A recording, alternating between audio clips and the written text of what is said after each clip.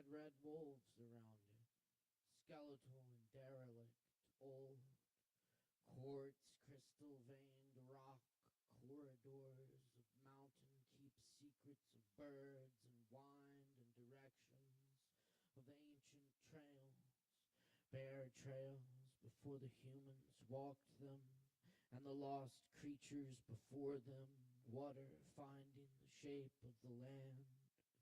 In the still forest, darting movement in eye corners and half-heard voices, the people who walk the trails have seen forest spirits, otherworld lights in the woods. I don't know what to make of it. I have seen the unacknowledged panther, locked eyes for a brief moment at my door. She vanishes in silence as the river disappears with its waterfalls. See where the waterfalls have gone. See where they fell from the granite sides of gorges, the waves of riverbed covered in echoes of hundred and bloody and careful and olden. When mushrooms sprout from decaying trees and tiny blueberries collect the sun and become sweet from it. More appear everywhere. Once you find one more. The perfect ones darkened by days like photo negatives. In the afternoon of well-played tricks, there will be no interruptions, but clouds and motorcycles.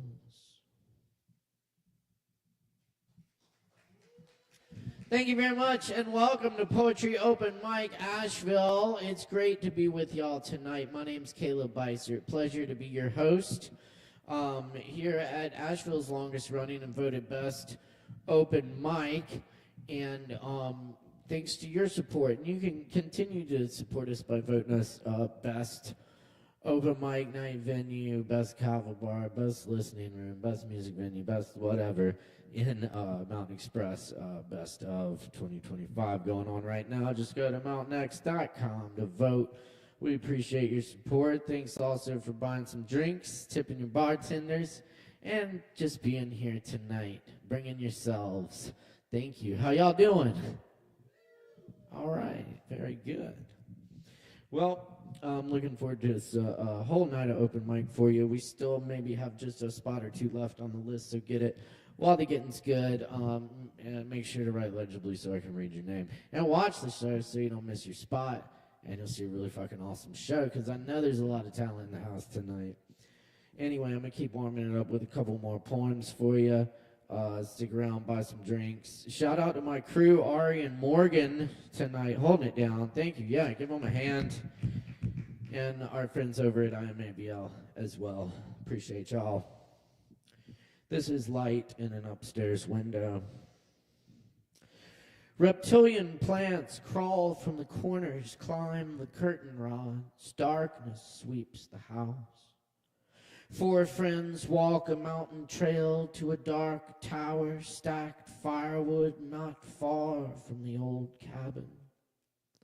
Mystery grows deeper in the old-growth forest, in the clusters of stars in the study in the house.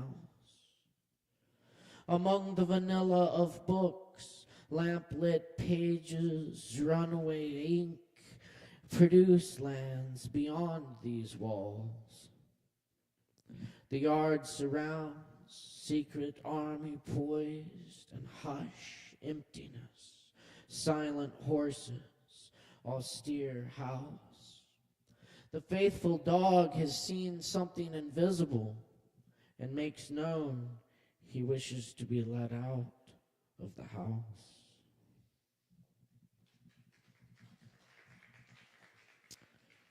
Thank you. Cat Moon. The lake is quiet on a July night. The frogs have gone to sleep and the clouds are resting. The cat looks up at me and yawns. The birds in the chimney chirp soft.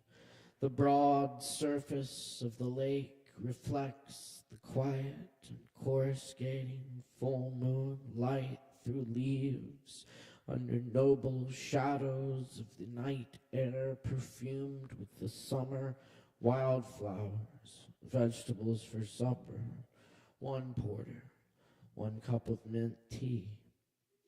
The night is cool. Fog rises from the lake.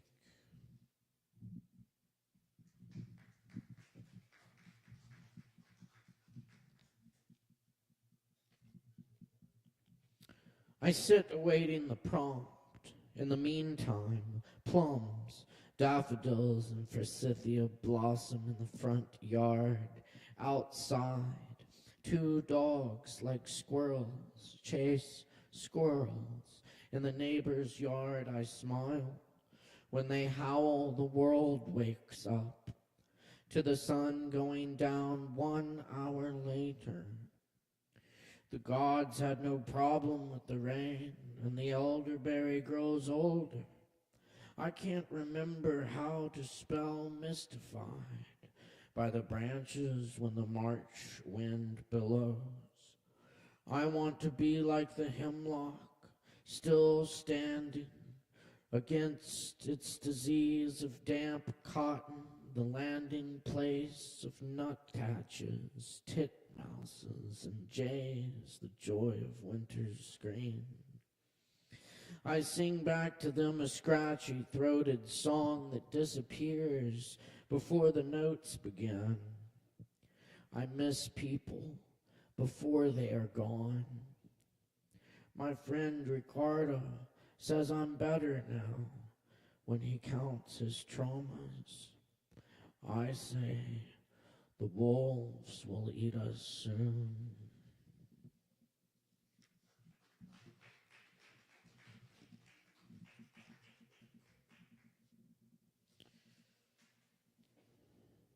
Thanks. And these last couple poems are not by me. This one's by Dorian Locks.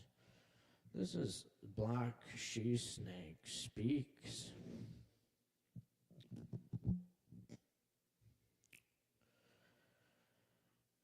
When I see him sliding towards me, parting the grass, his long body flaring in the noon sun, a black comet riding the earth, sawdust from the chicken coop on his beautiful blunt nose. My breath catches in my throat and my fangs tremble. I don't know his name, but I don't care. He tips his head up above my back and runs his soft blonde belly scales along my spine.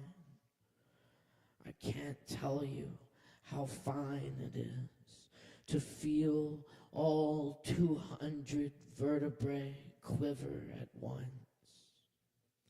He's my pleasure stranger. Forgive me.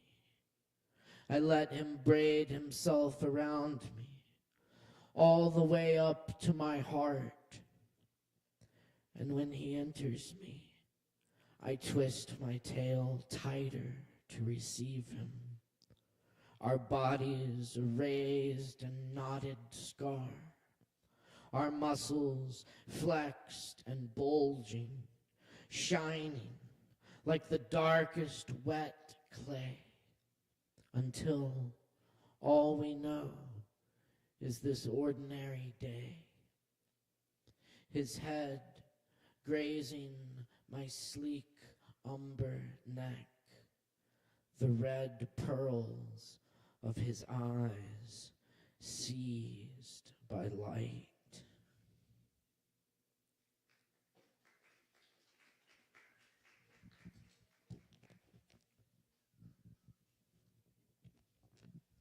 Thanks. And this last one's a poem that was my dear friend Richard Jarrett wrote for me after um, uh, uh, we were visiting Beissert, and this poem's called El Gato Negro.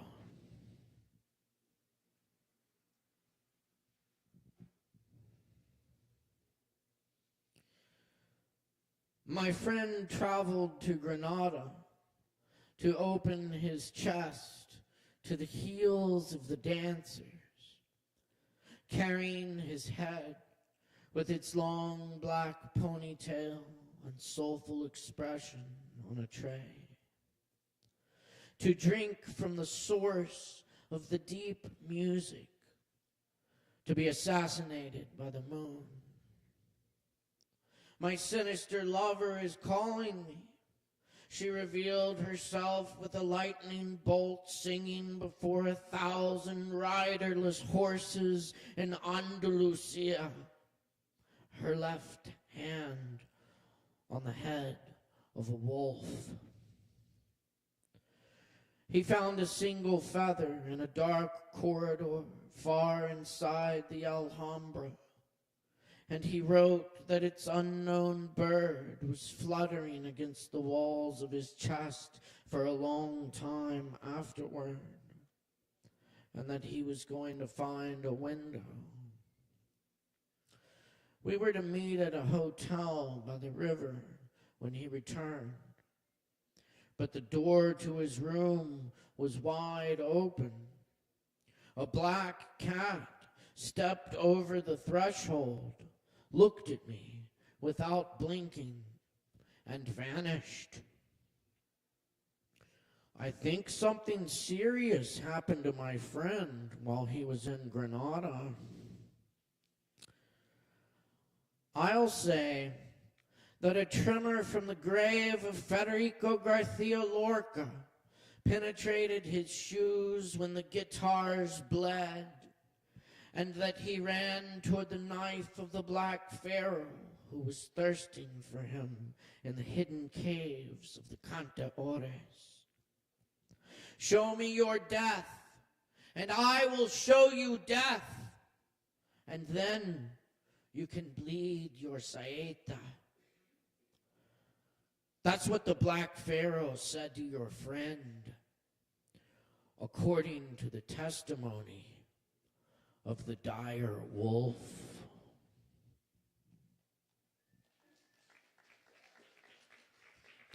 Thanks a lot, y'all.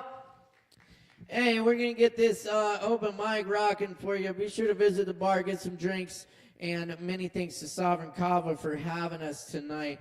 I believe we have Teso up in the house tonight, up first to get us started. We make a whole bunch of noise for our performers here. We can try this out right now. Please make a whole bunch of noise for Teso!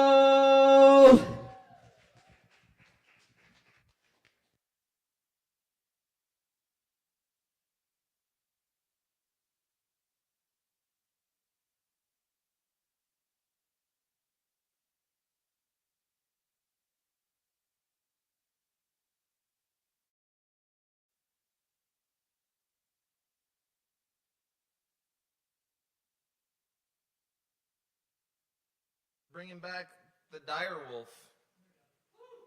What the fuck's that about? Like, they're like, let's bring back the saber-toothed tiger. Like, no. Like, if scorpions went extinct, and scientists were like, what should we do today?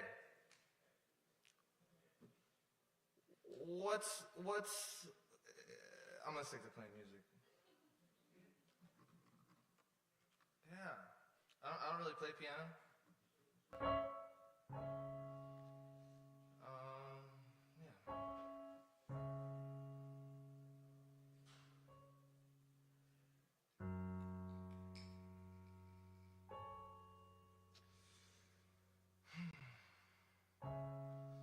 Numb to the loneliness, so cold it stings.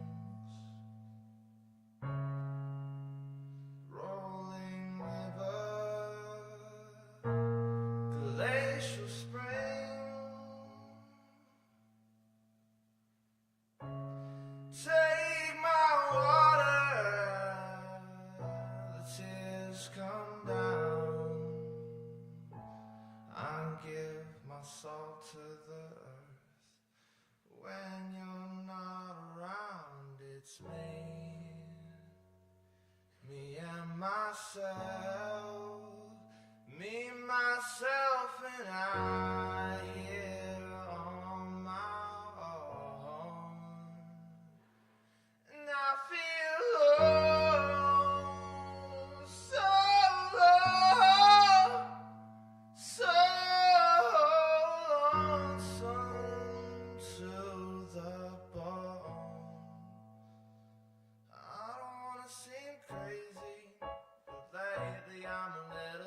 changed out of my brain, going insane, out in the rain without your loveliness. I don't wanna seem crazy, but even when I'm gone, I'm still your baby. That was my song, guys. Thank you so much. Have a good night.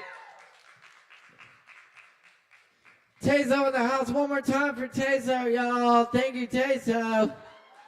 Yeah. That's what's up. All right, we're going to keep moving right along here. Up next on the mic tonight, we got Tree Standing back in the house with us. Where's Tree? Right there. Y'all, please put your hands together for Tree Standing.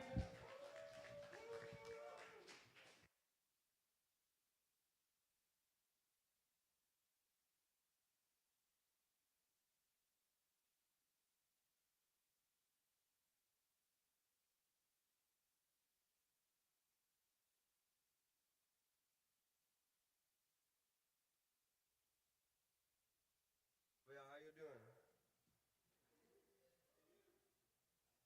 That was beautiful, Taser. Thank you. That was amazing. Yo. So I got these two songs I'm gonna share with y'all. They're kind of just like more like half songs. They're not released, but just something I've been working on.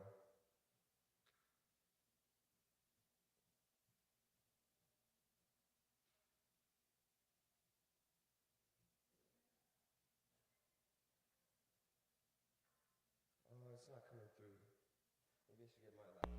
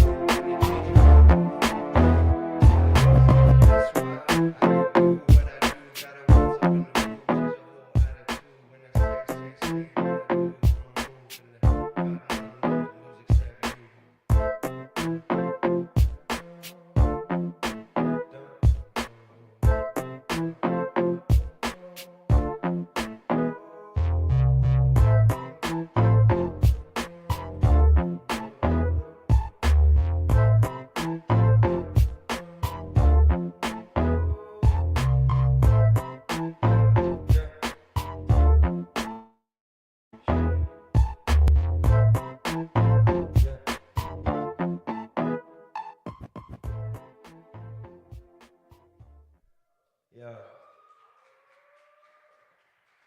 Thank you guys. The song's called Free.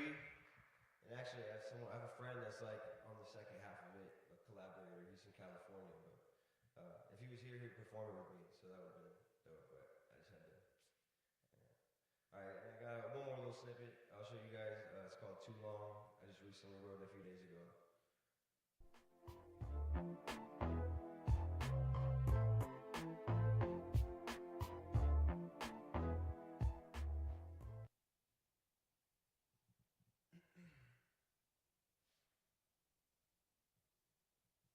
Experiencing technical.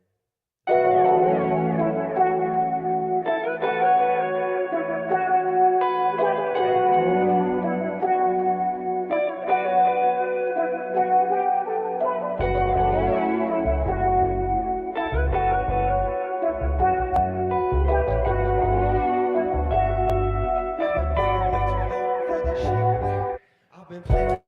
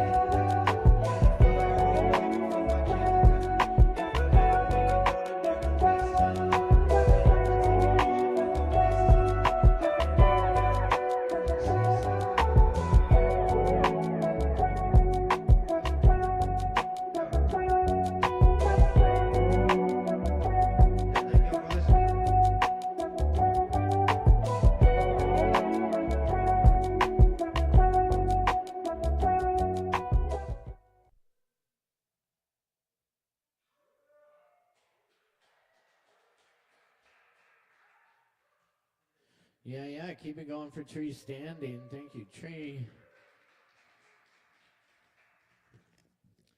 All right. Thank you all for being here tonight. Thank you, everyone, tuning in online as well. We appreciate all the likes, comments, shares. We're going to keep it rolling for you right now. We got Death Sentence in the house. Which Death Sentence?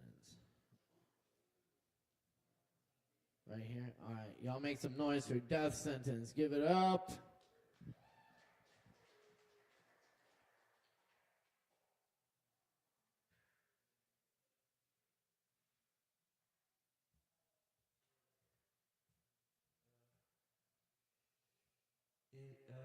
It is only shallow people who do not judge by appearances. That's an Oscar. Wow, cool. I want from you the horrible thing that everyone wants that makes the world sad. Everything I see is sad because it is missing you. Everything in the world is a lie and you are the singular truth. If you decreed my execution, I would dance to the firing squad singing Hail Princess Meow, Queen of Kittens. Dreaming as I died of a Ferrari Mini Cooper hybrid painted in a tear my heart out red dress. Before I saw you, I was asleep in a dentist's office. Diamonds and pearls are swell, but if you'd like to steal a kiss between prison bars, I'll meet you in heaven or hell. Will I inherit the dregs of Marquis de Sade or kill myself Wednesday? Your slightest touch could trick even tricksters, making servants of all other Capulets and Montagues. I pray that I am tall enough to wait for your roller coaster at the end of the line, occupying a last negative unthought of node, an ignored distraction, even an idle amusement, like the toying of a hoop earring, the lacing of demonia shoes, or the crocheting of a divine glove. Butterbee, bumblefly, the Maltese falcon of my narrowing attention, slitting my wrists in prosaic embarrassment at my own melodrama and masochism set to some tune by Chopin. It started with that damned prankster sperm and a deja vu that I was making the wrong decision. I sit in prayer one last time as the bell tolls. For even this shred of what might halfway be love, I will risk humiliation, degradation, and my mortal tether to a pointless, contemptuous world.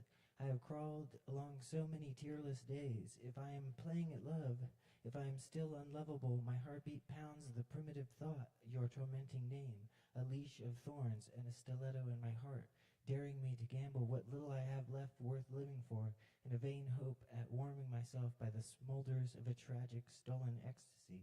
In defiance of my soul's purity and any true noble course of action, I persist in clinging to twisted sister fantasies in spite of fate, my eternal wish, your lisping voice uttering the single syllable I await with rapture, the word I die to hear from melting lips.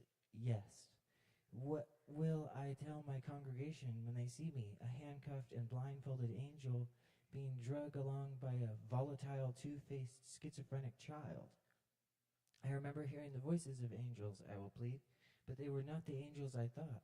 They have set fire to all the actresses and models left in Hollywood. Now she is my Los Angeles. A melody tries to captivate me, to measure this insomnia, but if there was a choice, it wouldn't be called slavery. The slot car of my mind is bound. I am too shy in front of your mother and father to ask you out for our first date, digging through the trash for spoiled wine and wilted flowers.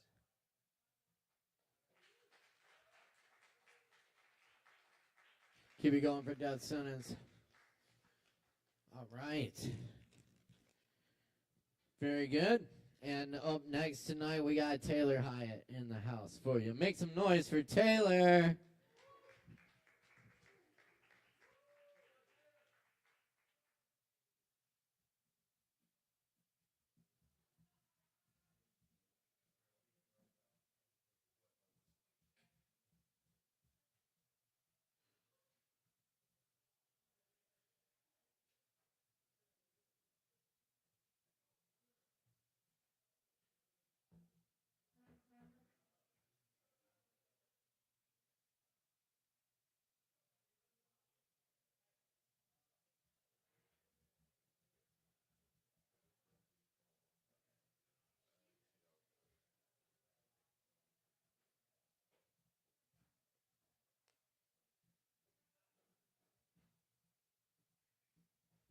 Yo, yo, yo, what's poppin'?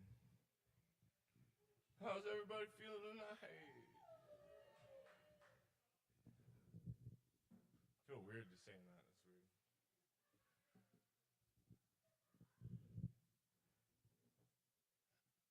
All right. Not for long. That's what I should have said. All right. Whenever we get going over here, I'm going to play a couple of songs. And I didn't really prepare very much for this. I think I'm going to play a cover, and then I might play an original that's not even finished or something. So here we go. This first song is, I haven't played it in a really long time, but it's a cover, and it's by a band called Pine Grove. Some of you guys might know. It's called Aphasia.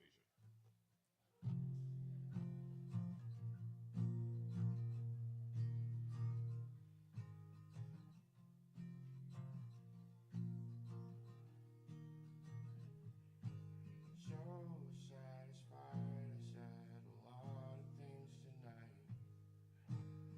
So long, aphasia, and the ways it kept me hiding.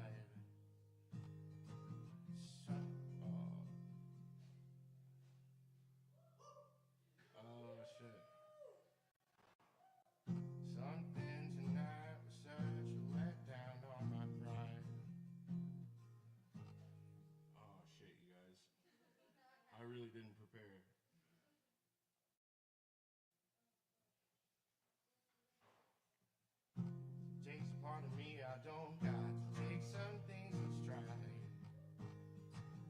I pace around the place so quiet in myself, and wait the next to see my silence when unfelt.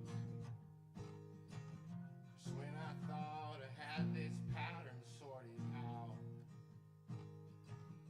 apparently my ventricles are full of doubt now. Oh man.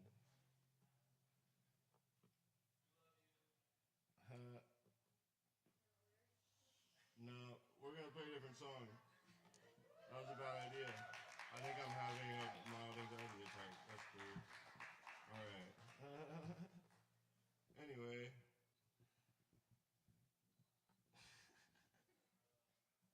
See if I can remember this one.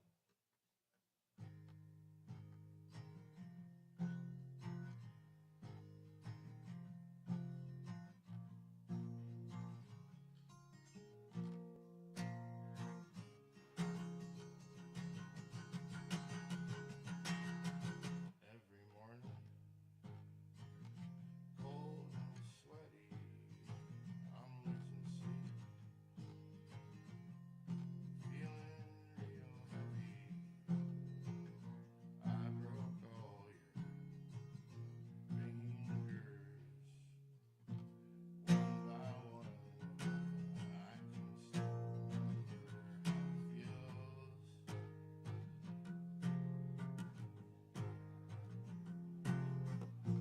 This is my house.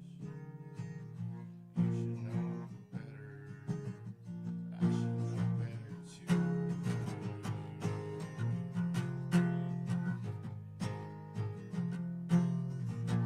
Last night I had to fight my dad. Just left him bleeding there, and it didn't really feel too bad.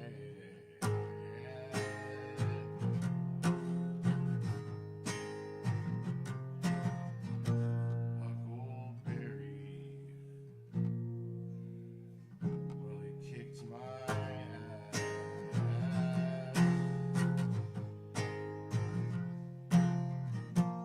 This is my house. You should know better. I should know better too. Never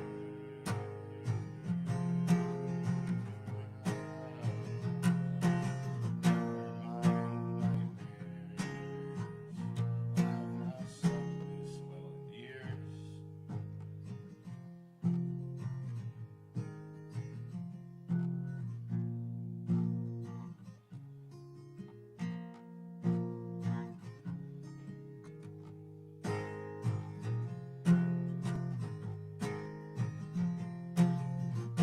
Mind, oh, never, never mind. I've never been better.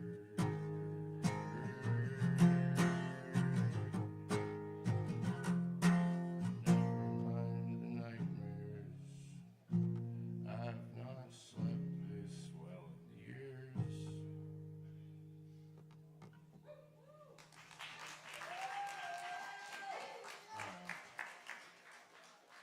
I think that's my time. I think so.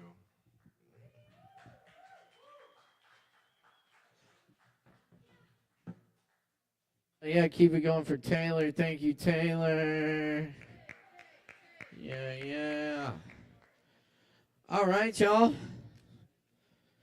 And we're going to move on to the 10-minute spots here. And up first tonight, and I hear this is going to be a very special performance. Y'all, please welcome Willie K. Oh, hey, buddy. Hey there. Willie K, y'all, give it up.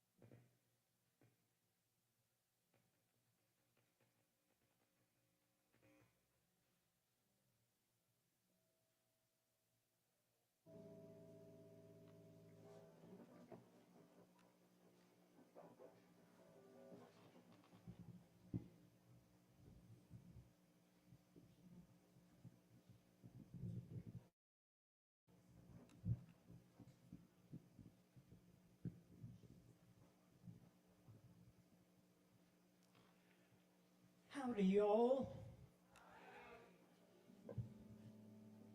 I'm actually Penelope Boulder, but I decided to use the name Willie K tonight because it's a very special night in my family. It is the 100th anniversary of the birth of my father. And people used to call him Willie K. Now, my relationship with my father was very complicated, as you will gather from this first song. This first song was inspired by a book of short stories by a man named Barry Uragrow called Wearing Dead's Head.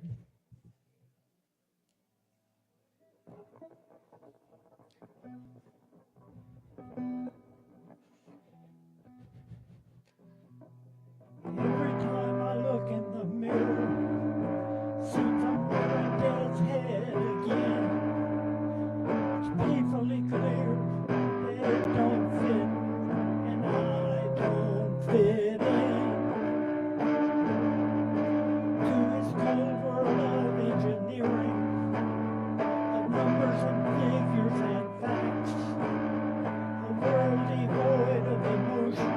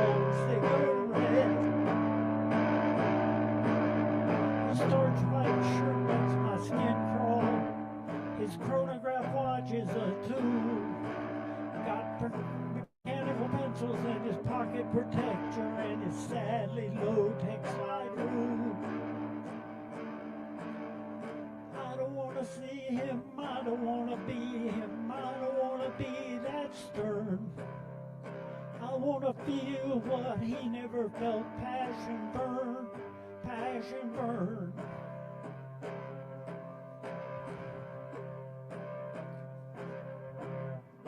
Sounds like me, like him when I'm speaking, and I'm walking in his suit and his shoes. He worked 30 years at the factory just to pay his union dues. Every time I pass through his hometown, every time I pass by his home, I shudder to think there's a ghost there, maybe one that haunts me all alone. I don't want to see him, I don't want to be him, I don't want to feel that stern. I want to feel what he never felt, passion burn, passion burn, passion burn, passion burn, passion burn.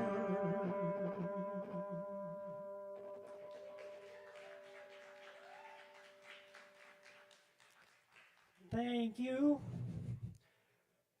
Now, if Taylor was underprepared for his set, I may be overprepared on this next song, which was one of my father's favorites when he was alive.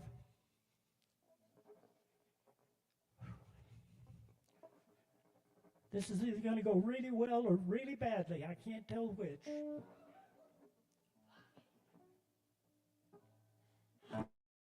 Hi there, Tex.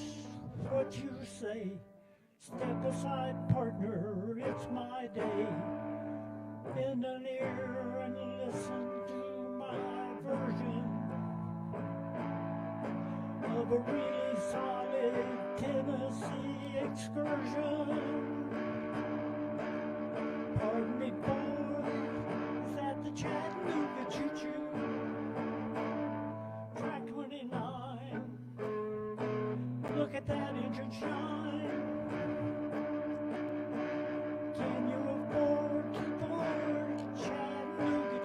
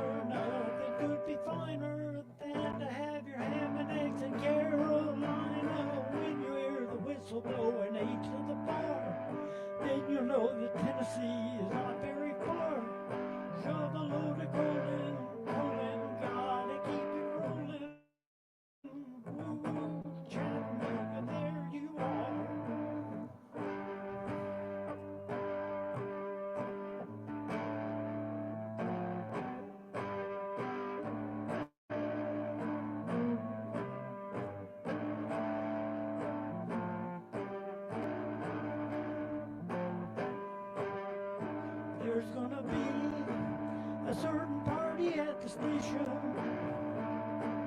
satin and lace. I used to call funny face. She's gonna cry until I tell her that I'll never roam. So Chattanooga choo-choo, won't you choo-choo me home? Chattanooga choo-choo, won't you choo-choo me home?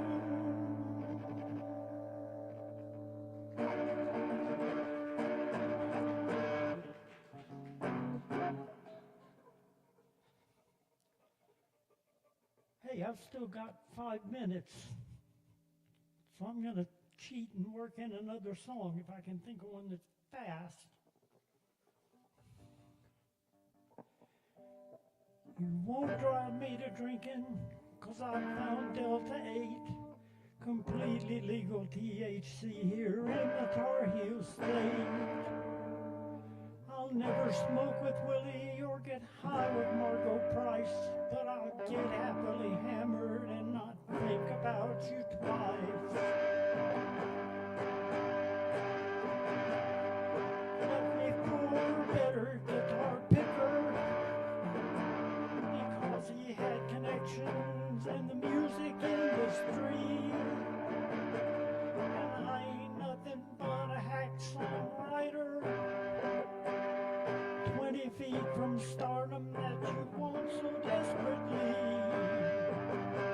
You won't drive me to drinking, 'cause I found Delta 8, completely legal THC here in the Tar Heel State. I never smoke with Willie or get high with Margot Price, but I get happily hammered and I think about you twice.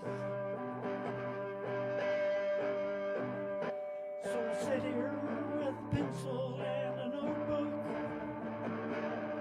good buzz on and you still very much upon my mind. Trying to make a buck out of this heartache, instead of being smart and leaving you behind. You won't drive me to drinking, 'cause I found Delta 8, completely legal THC here in the Tar Heel State.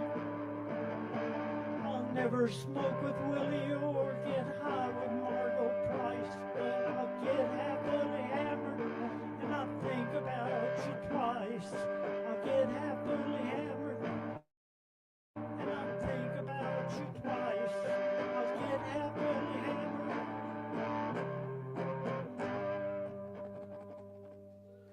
Thank you.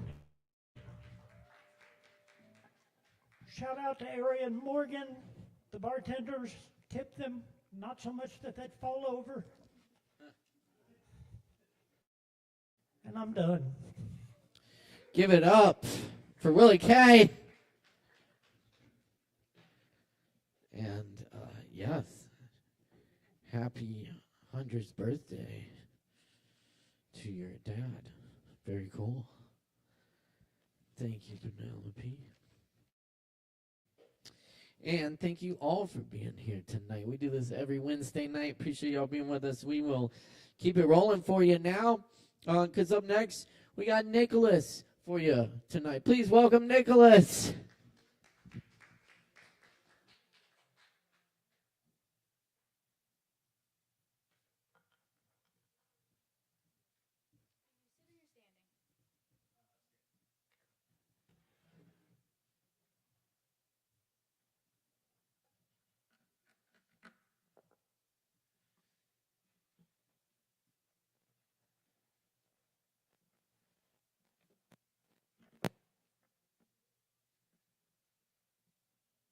Sorry, this strap fell off.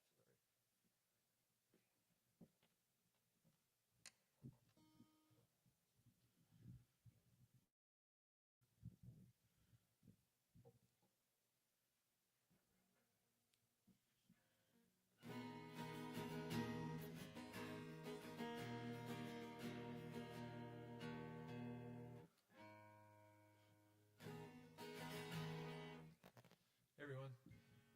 Nicholas, and me playing a few songs for you guys at Originals. This first one I wrote a while ago, and it's kind of like about like identity and thinking of yourself as a part of just everything that is, in consciousness.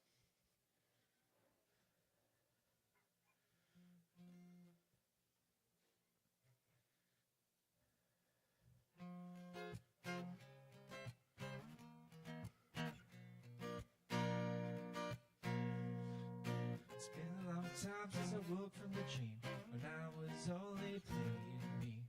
Turned my world right upside down and my ego could not be found. Broke loose from the confines of my mind, dove deep in the spirit and aligned. Now nothing will be the same, 'cause I know that I'm more than a name. And it's much clearer when you see universal identities. Hear the voice speaking clearly, telling you you're meant to be. Maybe more silence is what we need, going slower than our normal speed. Time to think we're too caught up in thoughts that take a hold of us, but they're not you. You are control. Awareness is the nature and soul. So with the thoughts I'll tell you lies, you're the one inside your mind. It's much clearer when you see universal identities. Hear the voice speaking clearly, telling you you're meant to be.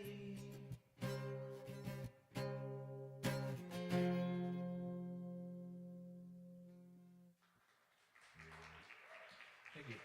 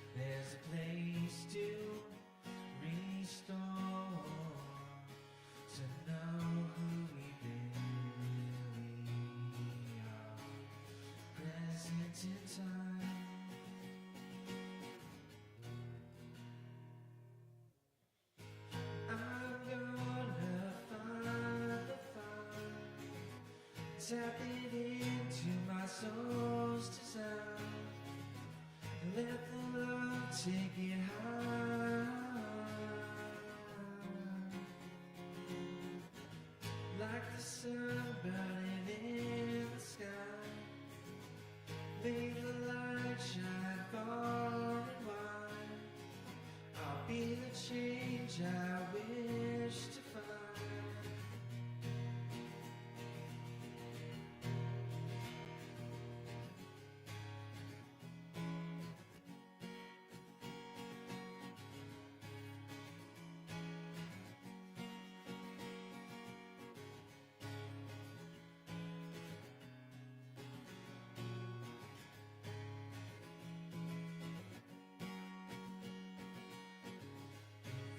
Time to be bold, time's now to unfold.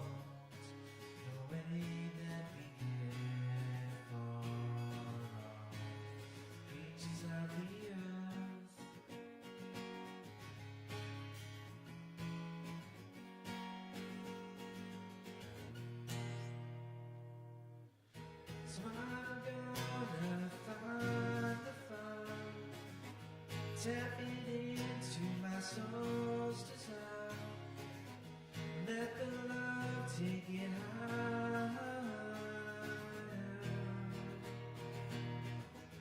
Like the sun burning in the sky.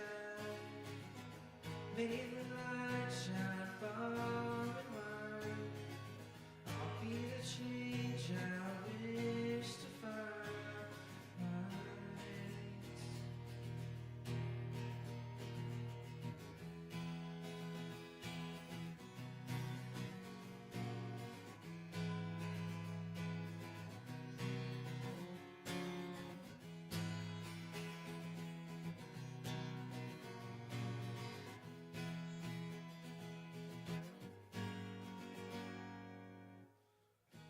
I'm gonna find the fun, tap it into my soul's desire.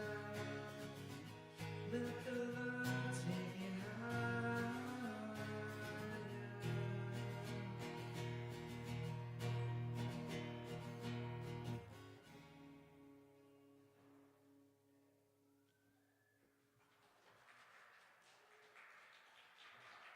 Thank you. All right. Hey, give it up one more time for Nicholas. Oh, yeah. Thank you, Nicholas. Yes, and thank you, everyone, for being here tonight. We love doing this with y'all every Wednesday night. We're going to keep it going because we got more coming up tonight. Up next, y'all, we got some original music by Gordon Levine. Let's get this party going. Give it up for Gordon.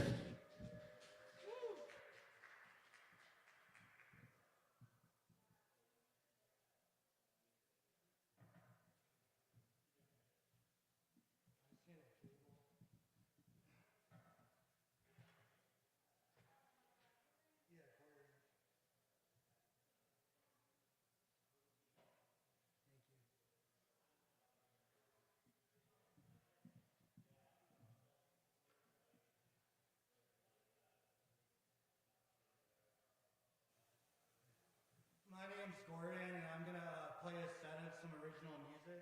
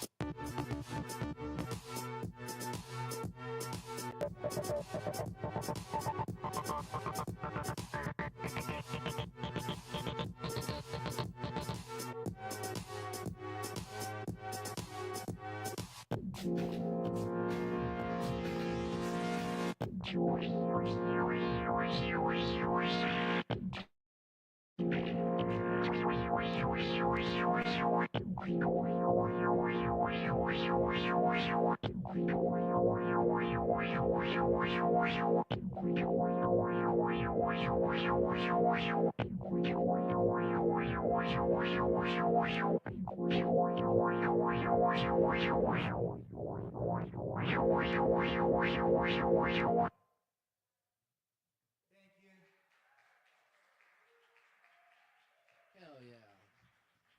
Gordon Levine, y'all. Thank you so much, Gordon. Yes, yes. All right, so y'all get some Kava. Stick around. We got more coming up. Right now is Fern. Fern in the house. Y'all make some noise for Fern.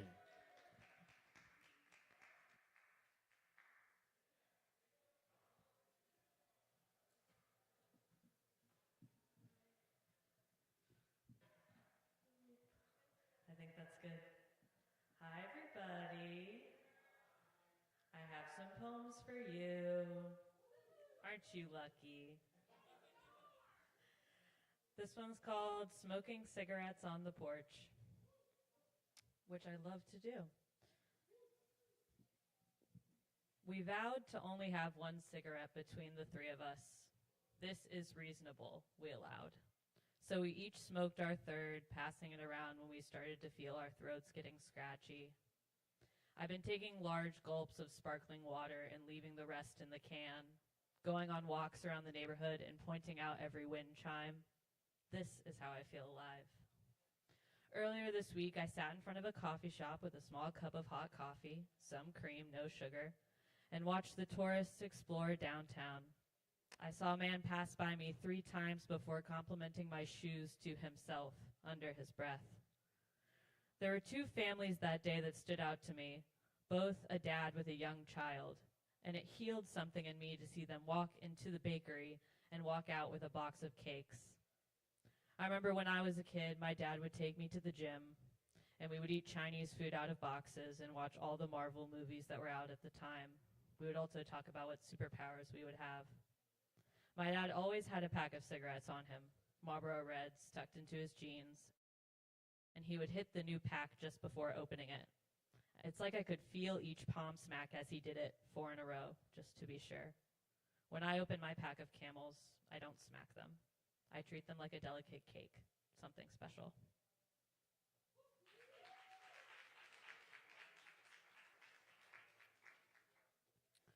Thank you. I met this really cool stranger. I've been talking to strangers a lot lately, so most of these poems are inspired by strangers that I have been meeting. Yeah, I love strangers. And one of them was talking about how he lived in this really high apartment and would blow bubbles down to the people below. And I found that so precious that I decided to write a poem about it. So this one's called Blowing Bubbles from the 11th Floor. It was in the business district of Raleigh, he told me, where people below in suits and ties would walk to work only to be met by bubbles. He said it was so high above street level that probably nobody knew where they were coming from. I stare at my neighbors from my porch and look at the blacked out smiley face that was once spray painted in the street by my next door neighbor and then promptly covered up by my other neighbor.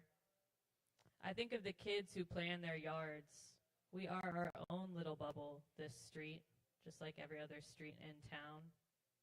I put a community box at the edge of my front yard and fill it with cheap toys from Amazon and the dollar store.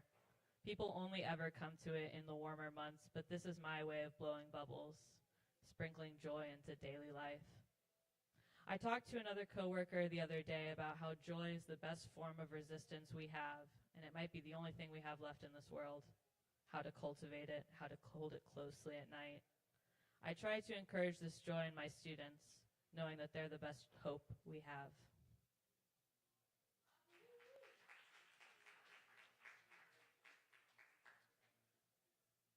Has anyone ever been to a hardcore show? Yeah? Okay, have you been to a softcore show? Just kidding, don't care. Sorry, I get to be a menace with a mic.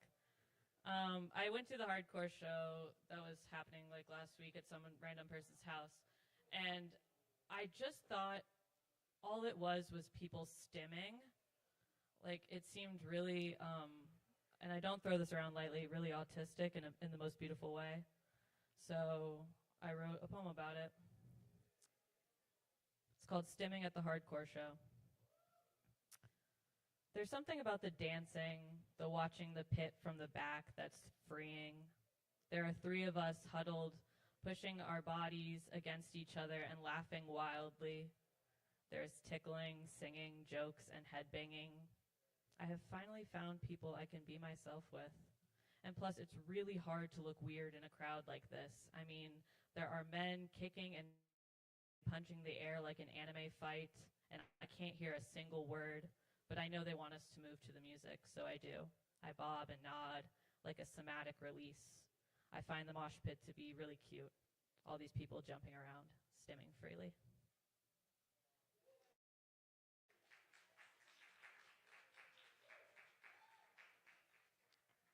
This one I wrote for my friend Joe. Joe's here tonight. Give it up for all the Joes you know.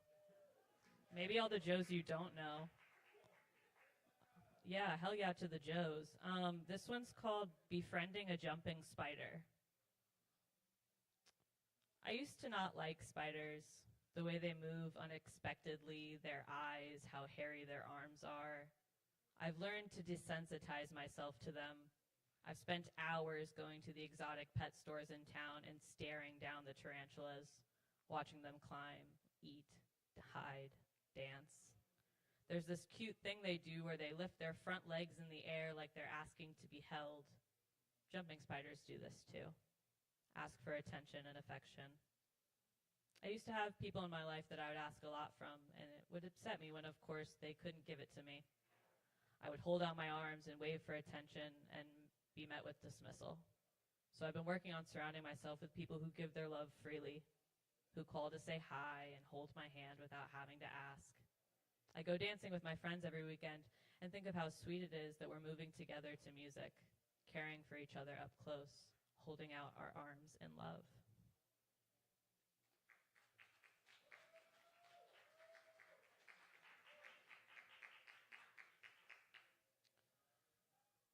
Cool. This one's called Balancing a Crystal on My Heart in the Bath. And I teach at a couple colleges in town, and I accidentally read this poem to my students today, and you'll maybe see why I shouldn't have, but I did, and then I was like, I guess I'll finish the poem anyways. So this one's called Balancing a Crystal on My Heart in the Bath. I've been wearing a protection braid and adorning my head with clips and jewels. Sometimes during my daily bath, I listen to pagan chanting to lull my brain to sleep. I spent the other night by myself, something I don't often do, and ordered Chinese takeout. It was bad. And I soaked my body for 30 minutes. I counted the bones in my toes and used my special soap. It's difficult to love yourself in this way, day in and day out. There's this commencement speech by David Foster Wallace who, if you wanted to boo, you'd boo right now, where he talks about the day-to-day trenches of adult life. But what I think he left out was that daily adult life can be fun. Meaningless, yes, sometimes, but also loving and warm. Sometimes I get way too high and check my credit score, but then I laugh, and I hold my spouse, and I sing duets with my friends, and it turns out everything is fine. It's always been fine. Thank you. Keep it going for Fern, y'all. Hell yeah. Very nice. Thank you, Fern. Cool stuff. All right, and thank you all for being here tonight for Poetry Open Mic Asheville, Asheville's longest running, voted best open mic. Thanks to your support. Just a reminder, the Mountain Express is doing voting for the best of right now. Go to mountainx.com and vote for us. You can vote for us for everything, but mainly best open mic. We appreciate it. All right. Hey, we got more coming up for you right now. Chloe's in the house. Make some noise for Chloe.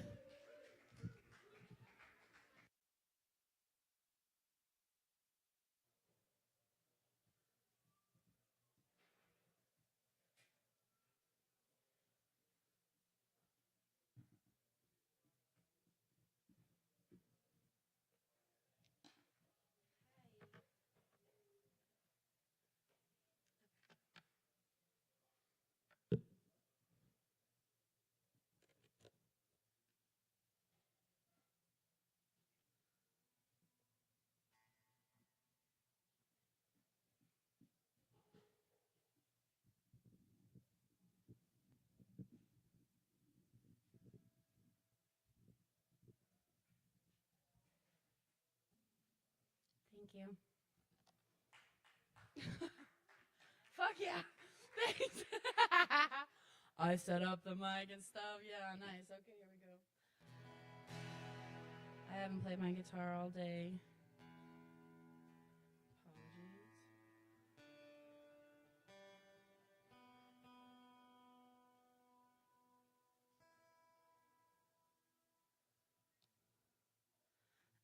Okay, I wrote this song the other day. This effects thing might die in the middle, and if it does, Ari, just tell me and I'll unplug it and do the thing. It's still out of tune.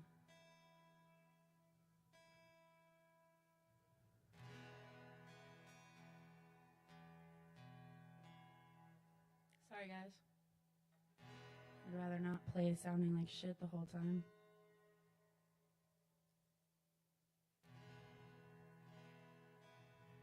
Did I make it worse?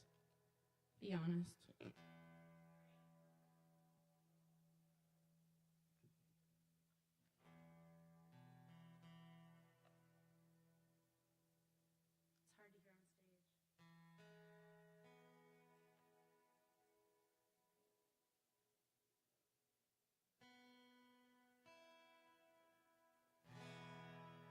Good enough. This is a new one.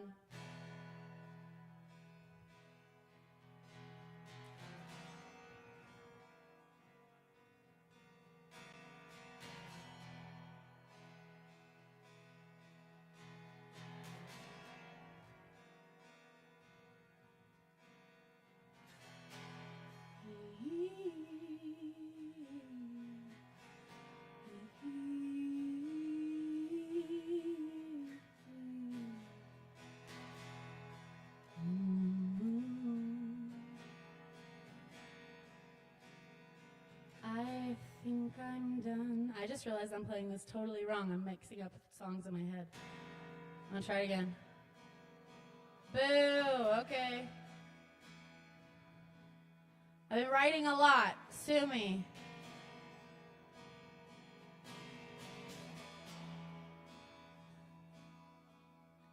I think I'm done searching for answers.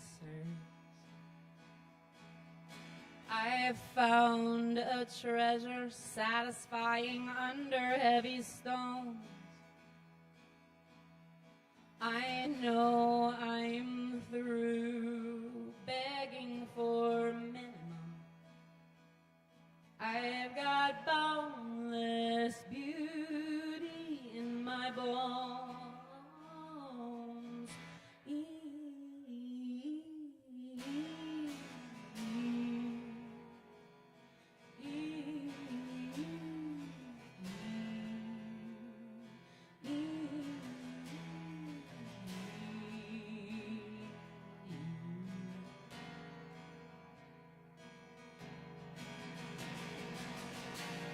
Dancing leaves, the guiding moonlight, the sky, the breath, the dead, the spirit, the place. There's only now to go, continuing onward. Let the sun shine gently, kiss my face.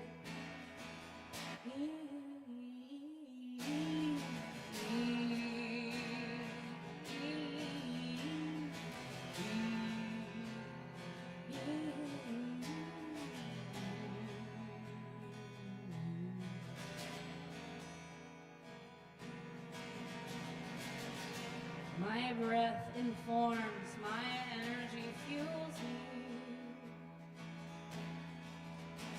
I'm standing stronger than I've ever stood. The solid ground, just half of this equation. I'm doing everything I ever knew how.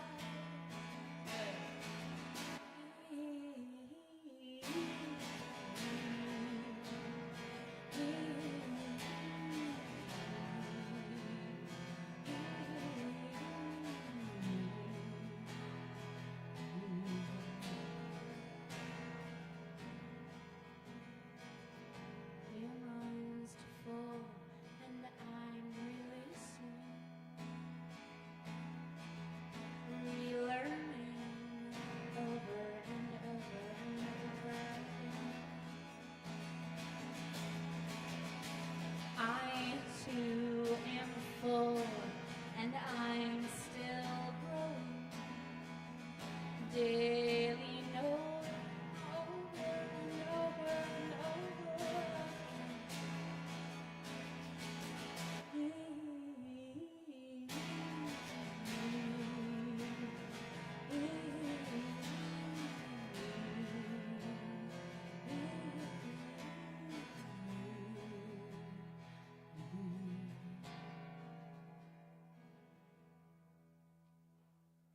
Nice. Now to now to play the one that I accidentally started playing the first time. Sounds horrible.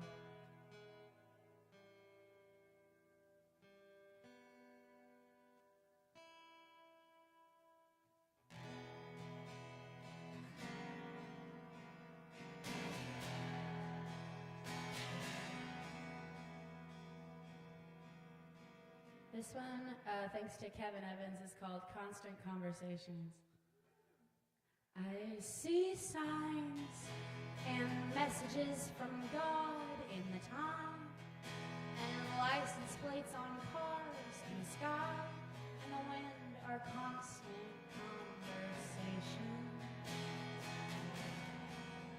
I feel fine about most everything most of the time, until suddenly I'm uncontrollably crying. The art I consume synchronistically mirrors my life.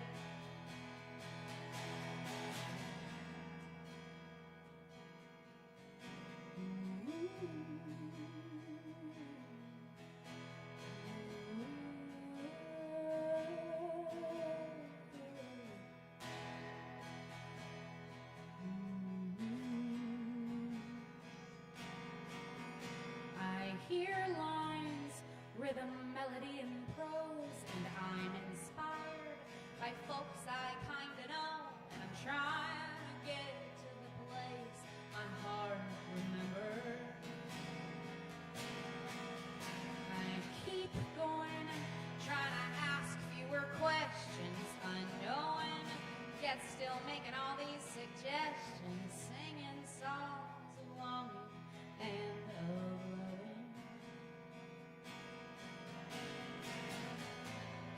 The art I consume makes me feel like I belong.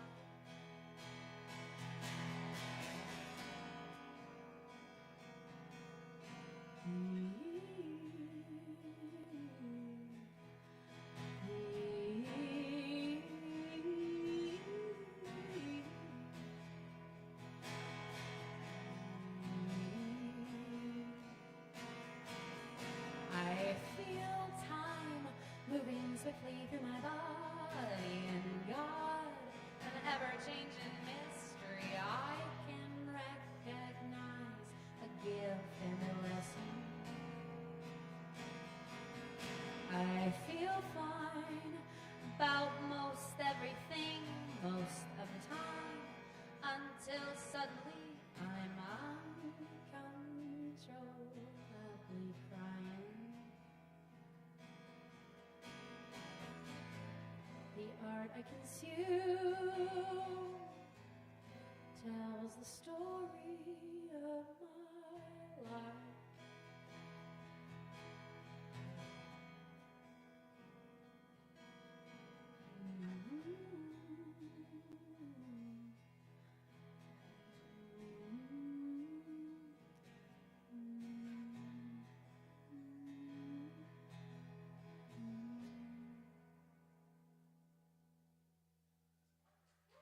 Thanks.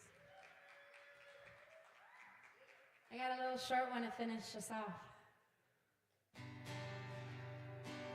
God, it's bad.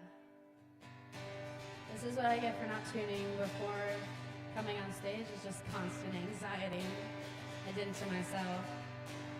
Fall is here, hear the yell, back to school, ring the bell, brand new shoes, walking blues, climb the fence, books and things. I can tell that we are going to be friends. Yes, I can tell that we are going to be friends. Walk with me, Susie, through the park and by the tree. We can rest, pull my road, and look at all the bugs we found. Safely walk to school without a sound. We safely walk to school without a sound.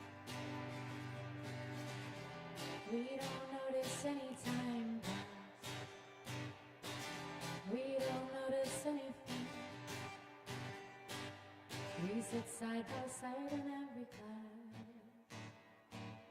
Teacher thinks that I sound funny, but she likes it when you sing. Tonight I'll be in my bed while silly thoughts spring through my head. Alphabets and alphabets, and when I wake tomorrow I'll be, you and I will walk together again.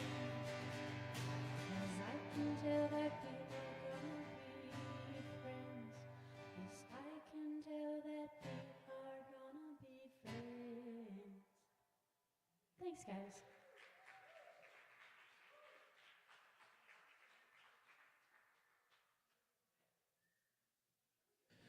Keep it going for Chloe, y'all. Thank you, Chloe. Oh, yeah. And, yes. Also wanted to remind y'all to check out the shows here this weekend. We've got an awesome band on Friday night. My Magnificent Nemesis will be in the house starting at 8 p.m. Come check out the My Magnificent Nemesis show. It's going to be a magnificent time. Saturday night, DJ Uncle Riz is back in the house spinning your favorite tunes. Come on out. 8 p.m. as well. It's going to be a good time. Check out our full events on our social media and on our website, AshevilleKava.com. All right, we got more to come tonight. Up next at number 12, is it Johanna? I'm having trouble reading this one. Savannah. No? What? Say what? Sakina. I'm sorry. Y'all, please welcome Sakina. Give it up. Yeah.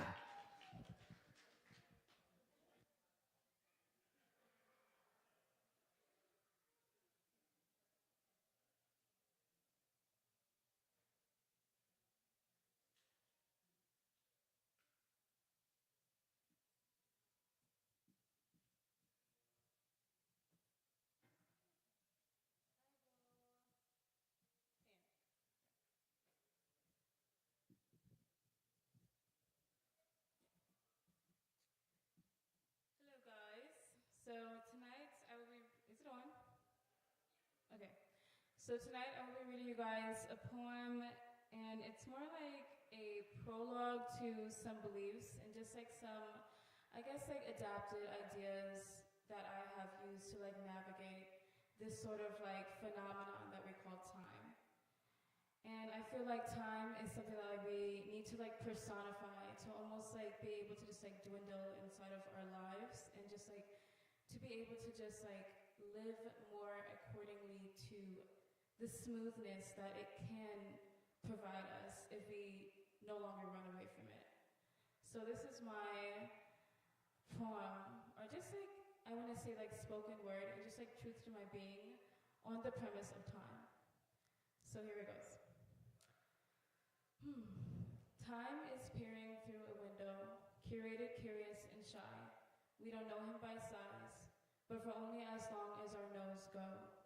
And yet he's practiced by all. Always counting his patterns, we contradict him, leaving him stout by minute and skewed, predictably small. We beg the question struck in by his sudden goes. I like to personify him. Old and abstract, gold his hat capes, pillowy blankets, and shades of prickled rose, petals decorated with 12 tassels climbing over his bronze, old and metallic skin folds. He asked me in clear sight, why do you run from me? I'm right here. Everyone from the birth of their mind has known me, from head to toe. I've ran countless steps through beating hearts, both 10-ton and light, while I still young, and yet I'm still the all-consuming damper of fun. Bitter frowns brighten at the sound of my name, while salivating tongues hung onto that spice you claim to tame. Why can't I be that New York all times? All smiles, counting bites of splice that you always try to entice. And that is what time wants to be. Yeah. That's okay. Oh, it's you. Hi. Okay, and then here's another poem that I'm far away from the mic.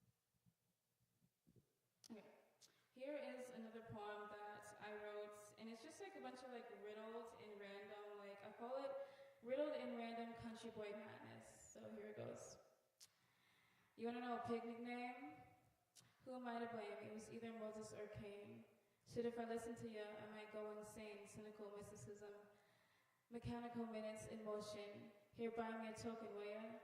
Oh, don't tell me you're already starting. Where vomit brings farting.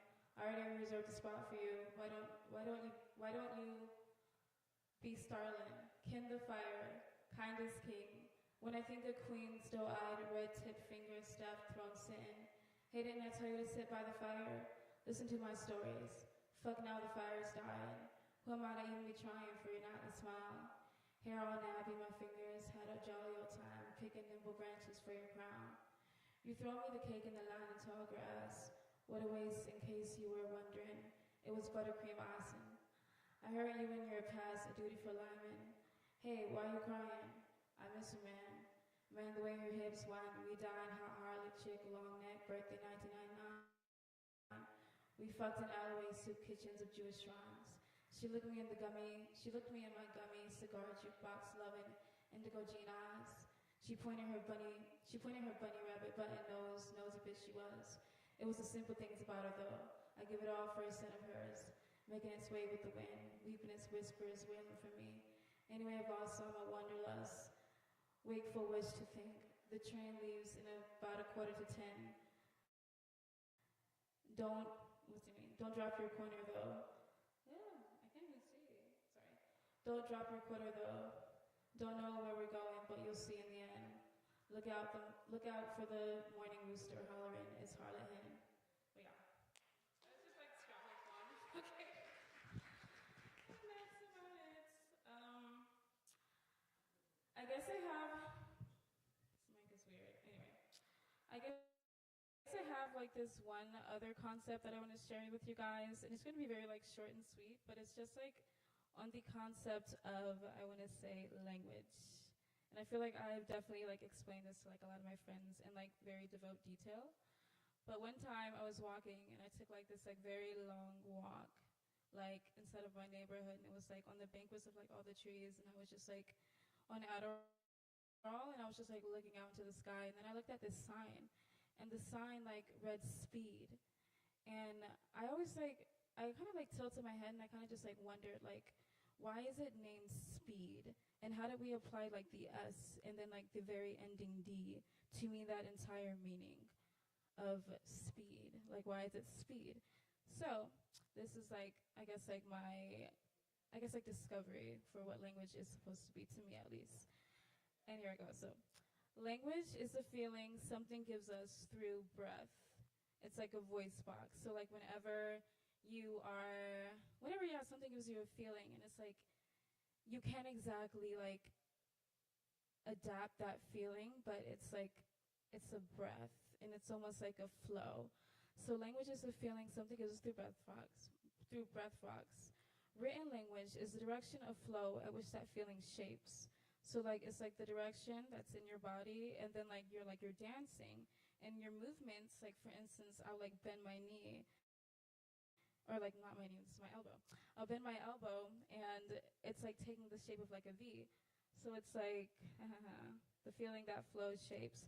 Spoken language is the drawing out of those shapes with tongue, the pouring. So like whenever I thought about this, I was like, for instance, like speed. Whenever like I think of like S, I think of like something like starting. Whenever we think of like speed, we think of like starts. We think of like stelts. We think of like, it's like a sp. It just like starts. So, and that's that the P is like, it's bringing you up. And then you have like the E. And like oftentimes whenever we like think of E, it's instead of like a direction, it's usually in like this direction. And then that D is like, ending, don't, destination. So like I was thinking that like inside of this context of like language, it's like it's speed, and like language is like the feeling. It's like sp-d, and then it goes that way. If you guys get what I mean, I don't really know. I feel like I'm a very abstract person. But and then we have the word umi. So umi is, I was raised Muslim, and umi means mother in Arabic. And whenever I, called my mother Umi, I would always like kind of wonder like why I called her Umi, which is mother. And also Umi is also this town inside of like Africa, and it's called Umi, which is mother as well. But so umi, whenever I think of like umi, it's like the ooh, like you're reaching out, like you're looking out. It's like ooh, and then it's like and the m is like usually moving, motion. M is like a traveler, so it's a very like traveling word. And then it comes back to me, but the I is like small.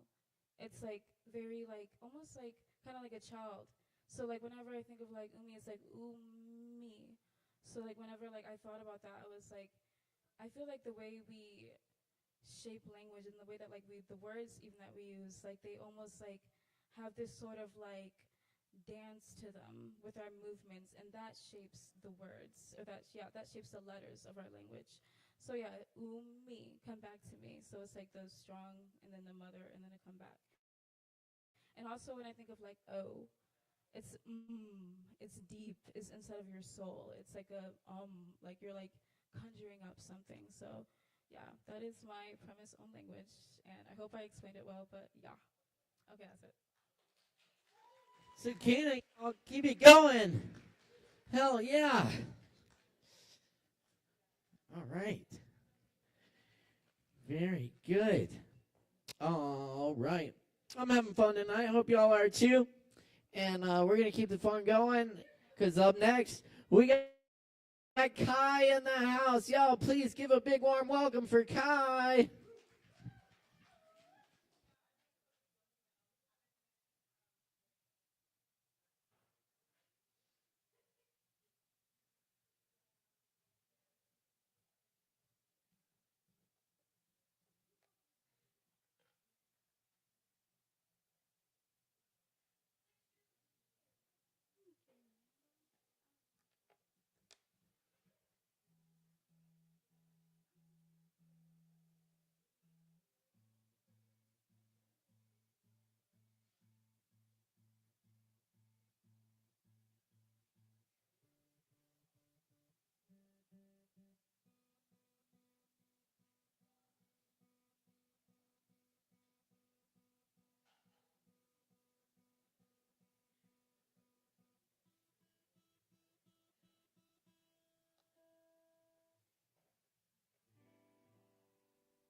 Hi, I'm Kai.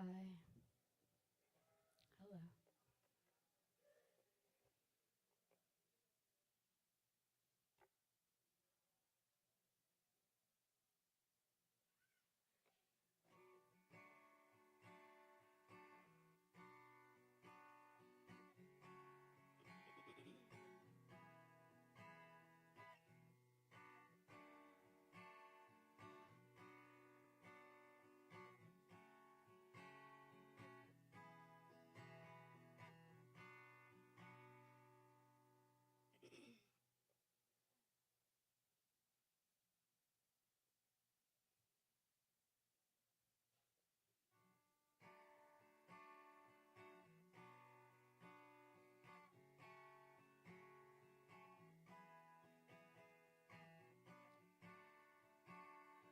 Is that loud?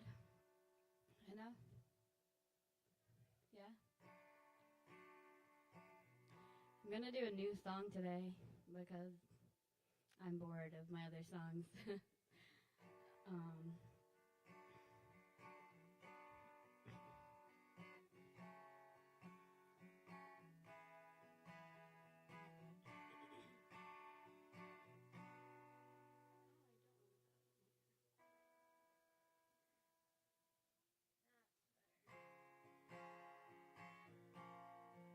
that's why it sounded weird.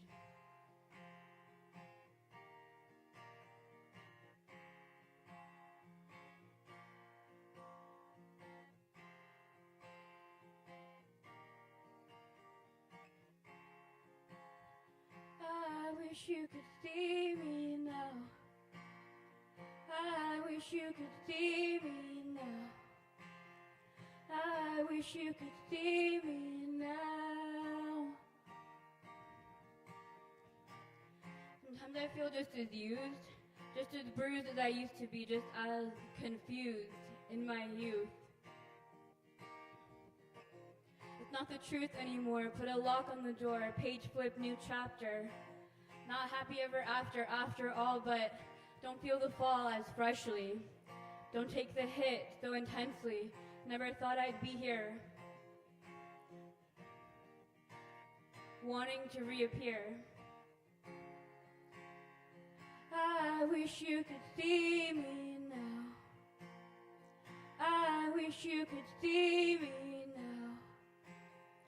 I wish you could see me now. Grew out of the plot that fit me, started slow then. That spirit hit me through the roof past the clouds, Saturn's where I stay now. Based in time, feel like I'm rising to a new level.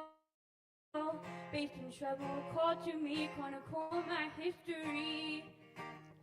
Soon to reach a deeper sea, forgive me, being who I wanna be, no time left to freeze, see the future in my dream.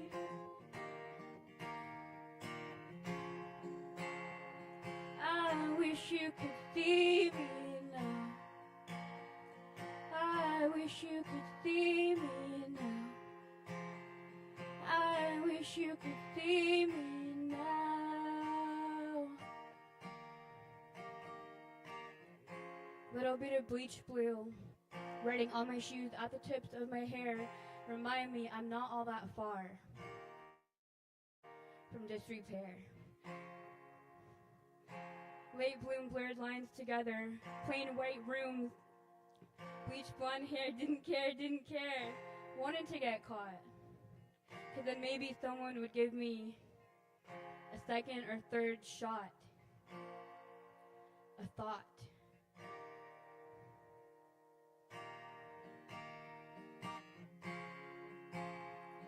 I wish you could see me now. I wish you could see me now.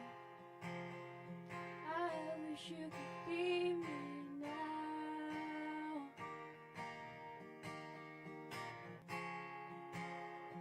I wish you could see me now.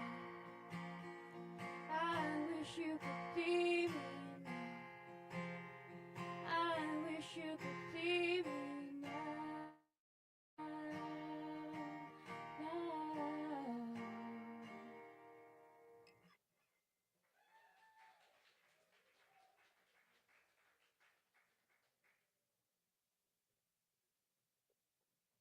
Thanks. I have a show coming up with my band. Although I might do it as a solo show. We'll see. Haywood Famous on April 27th. It's a Sunday. There's gonna be like two other people, Holland Negative and Cassidy Blout, I believe, playing as well. So I've never met them, but I'm excited to hear them. So if you haven't been to Haywood Famous, it's a cool like sober hangout nighttime spot, and they have really good food. I'm just gonna do a poem.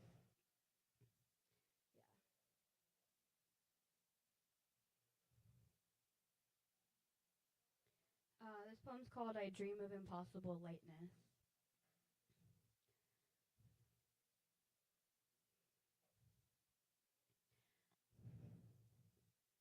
I have felt empty like a black hole eternal.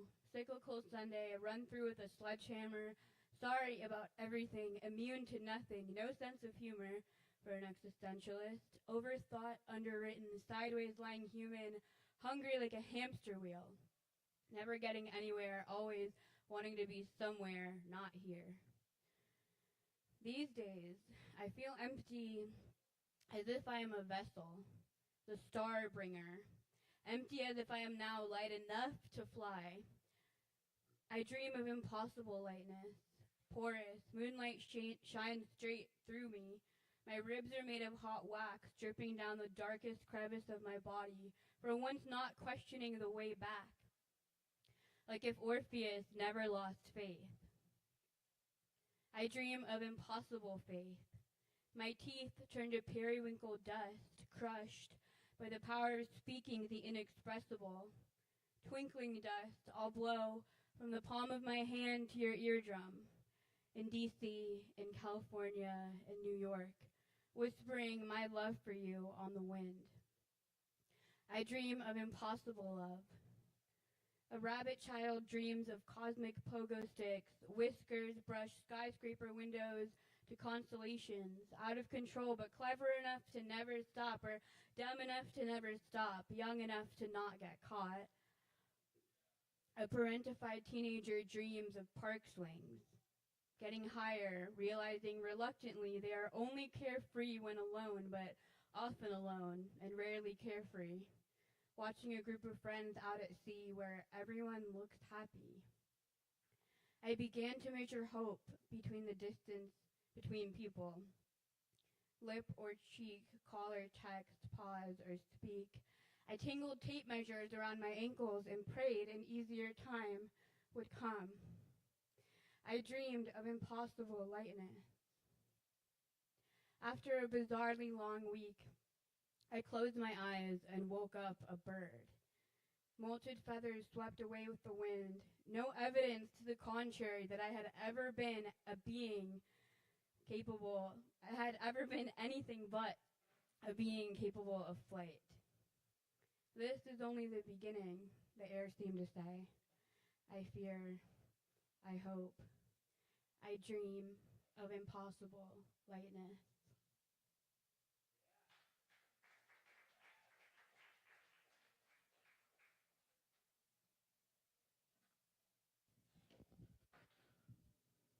Oh, yeah. Give it up one more time for Kai. Thank you, Kai. Weird. All right. Stick around, y'all. We just got a few more for you tonight. Up next on the mic, we got Will. Will in the house. All right. Make some noise for Will, y'all. Give it up.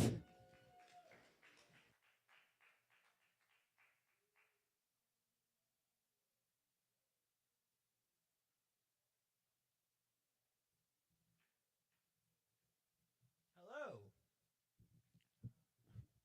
I'm Will, and this is my friend Chloe. I am a songwriter and a singer, but when they asked what instrument I wanted to play in the 6th grade, I said trumpet. And that wasn't the best decision as a singer. So Chloe's going to play for me. And I'm going to sing a feminist rock anthem.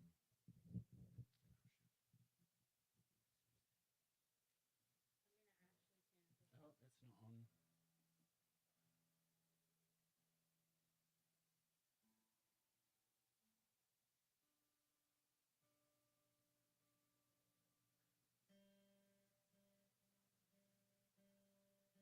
I got told this really funny joke.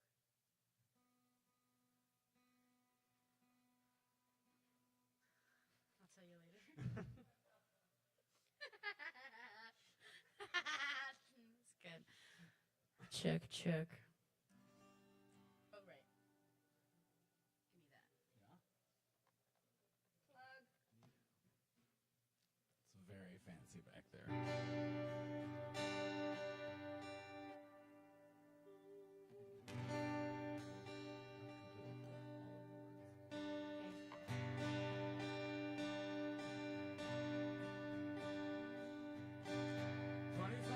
Years of my life instead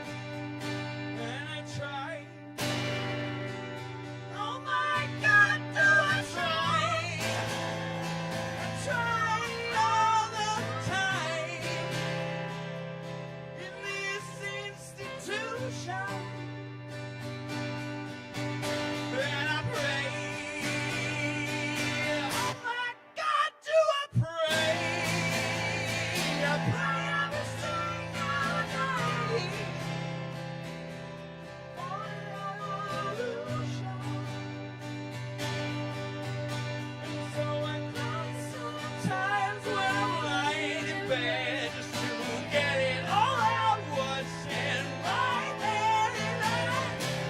I'm feeling a little peculiar. So I wake up in the morning and I step outside and I take a deep breath and I get real high and I scream from the blood in my lungs. What's going on?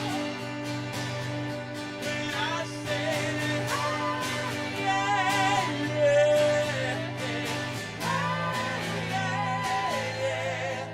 I said, hey, what's going on?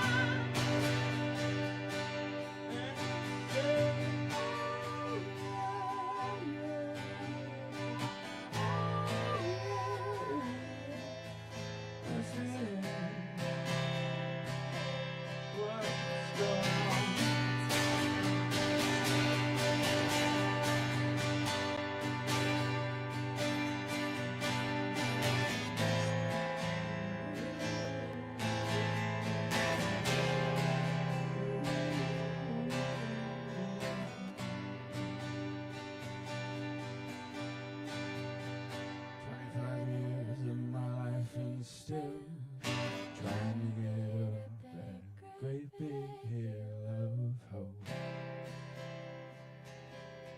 for a destination.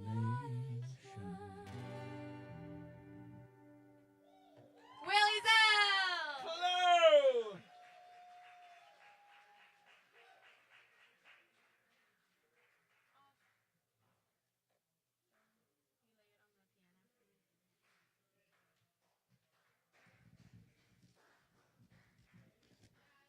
That's all right. Keep it going for Will and Chloe. Thanks, y'all. All right. All right, keep rocking with us. We got some more for you tonight. Up next on the mic, we have Alora. All right, make some noise, y'all. Give it up. Do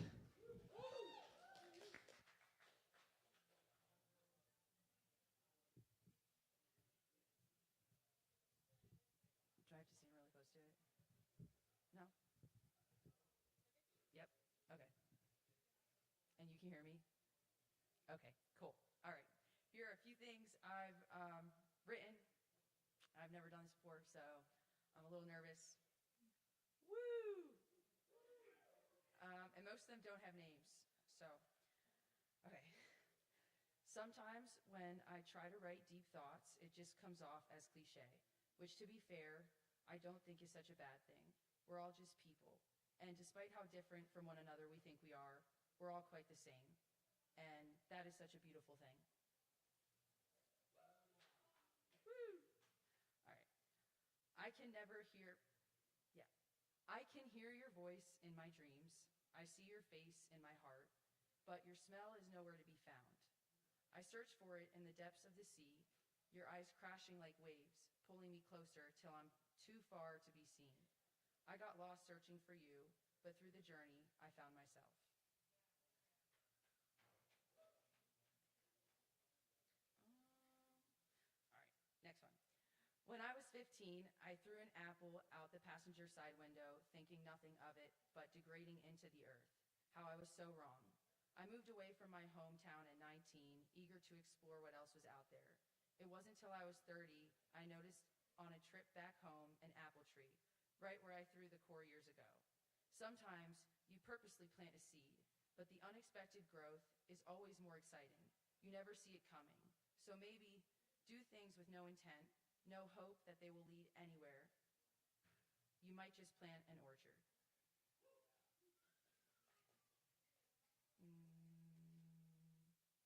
This one has a name. It's called, Did You Get the Answer?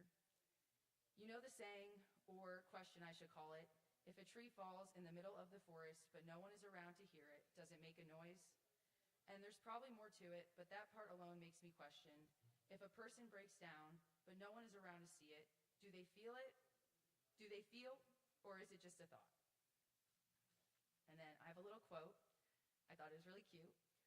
I'll give you the sun if you give me the moon, and together we can take turns keeping the world alive. And then last one is a little angsty. I miss you. I still miss you. I'll never stop missing you. I've been waiting, whether I want to admit it or not, for you. If you don't come back, then I'll chalk it up to a different lifetime. I'm sorry for letting you go. I love you. That's it. Thank you. Keep it going for Laura, y'all. Thank you so much. All right, very nice, very nice. Let's see here. Stick around, grab some drinks, tip your bartenders. Let's see. Up next, we have Blake Moon. Blake, right here. Y'all make some noise.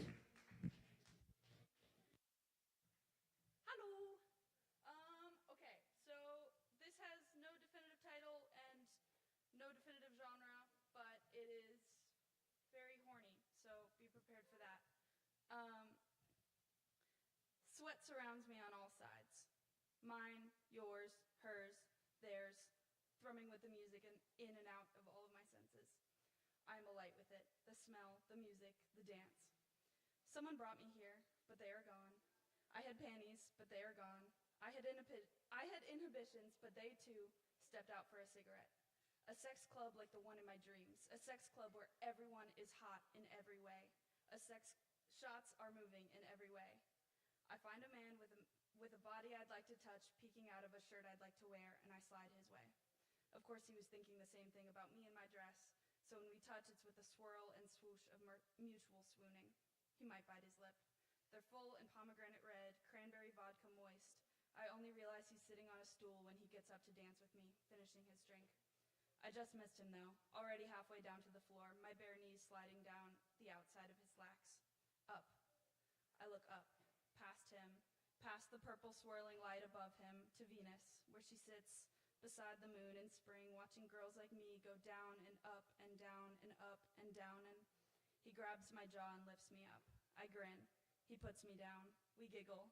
I sway, swiping his chest as I do, catching a pearl of sweat and testing the grit of it with my tongue and teeth. It's real. It's mine. I press him back into the chair, palm to penis, ache to ache. I bite his ear, and he shivers. The world melts. We are in the Arctic, devoid of humanity, playing predator and prey like we both don't have teeth that can kill. He claws my way through the thin veil of my dress, bright against its blackness. I think that I cannot begin to guess his name. It must be something magical that I've never heard before, or no guesses come to mind. I think dick. I think full and hot. I think fucking now. He thinks so too. He pulls me closer, pawing at my core with two thick fingers. We kiss, of course, like civilized folks before they bone like this, surrounded by ass and bras and big gaudy dicks and banana boats. You gotta kiss. Make it real, why don't you? Take his fingers and taste, why don't you? Kiss again, why don't you? Tear yourselves apart and do it again.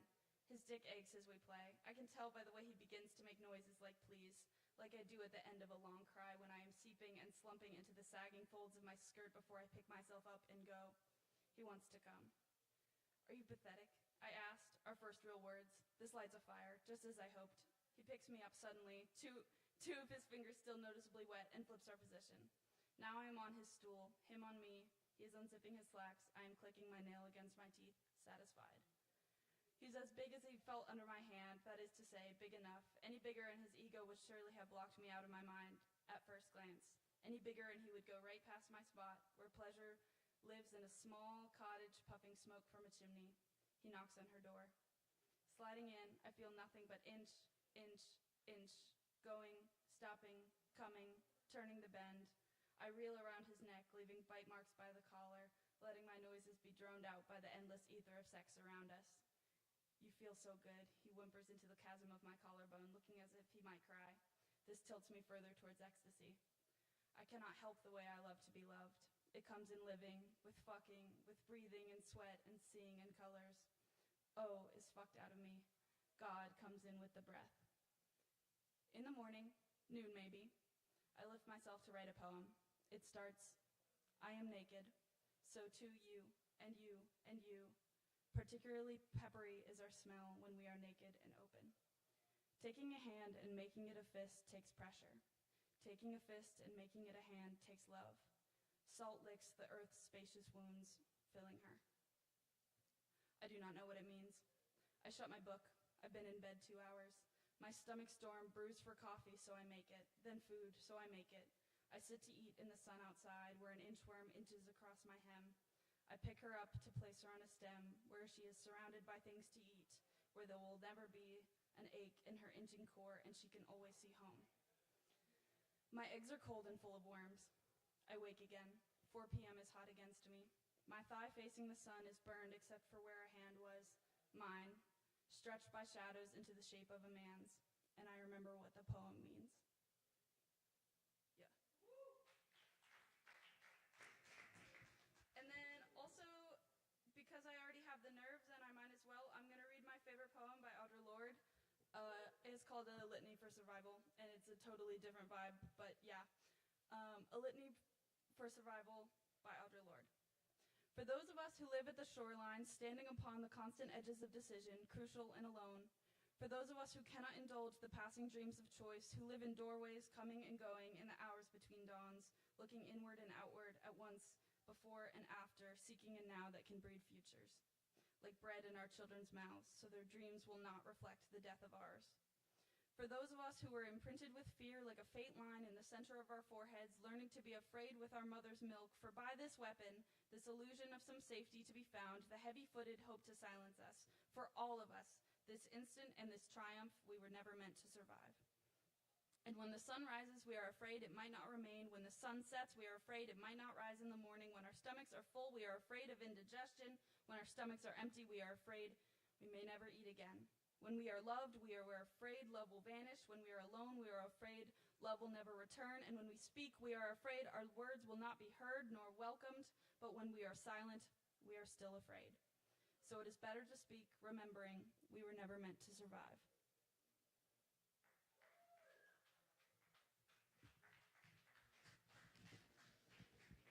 Hell yeah. Y'all keep it going one more time for Blake Moon.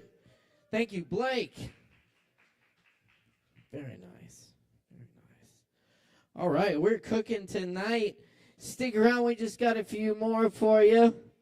Up next on the mic tonight, we have Arianna F. Arianna. Arianna in the house? Arianna. No, Arianna. Okay. There's only one.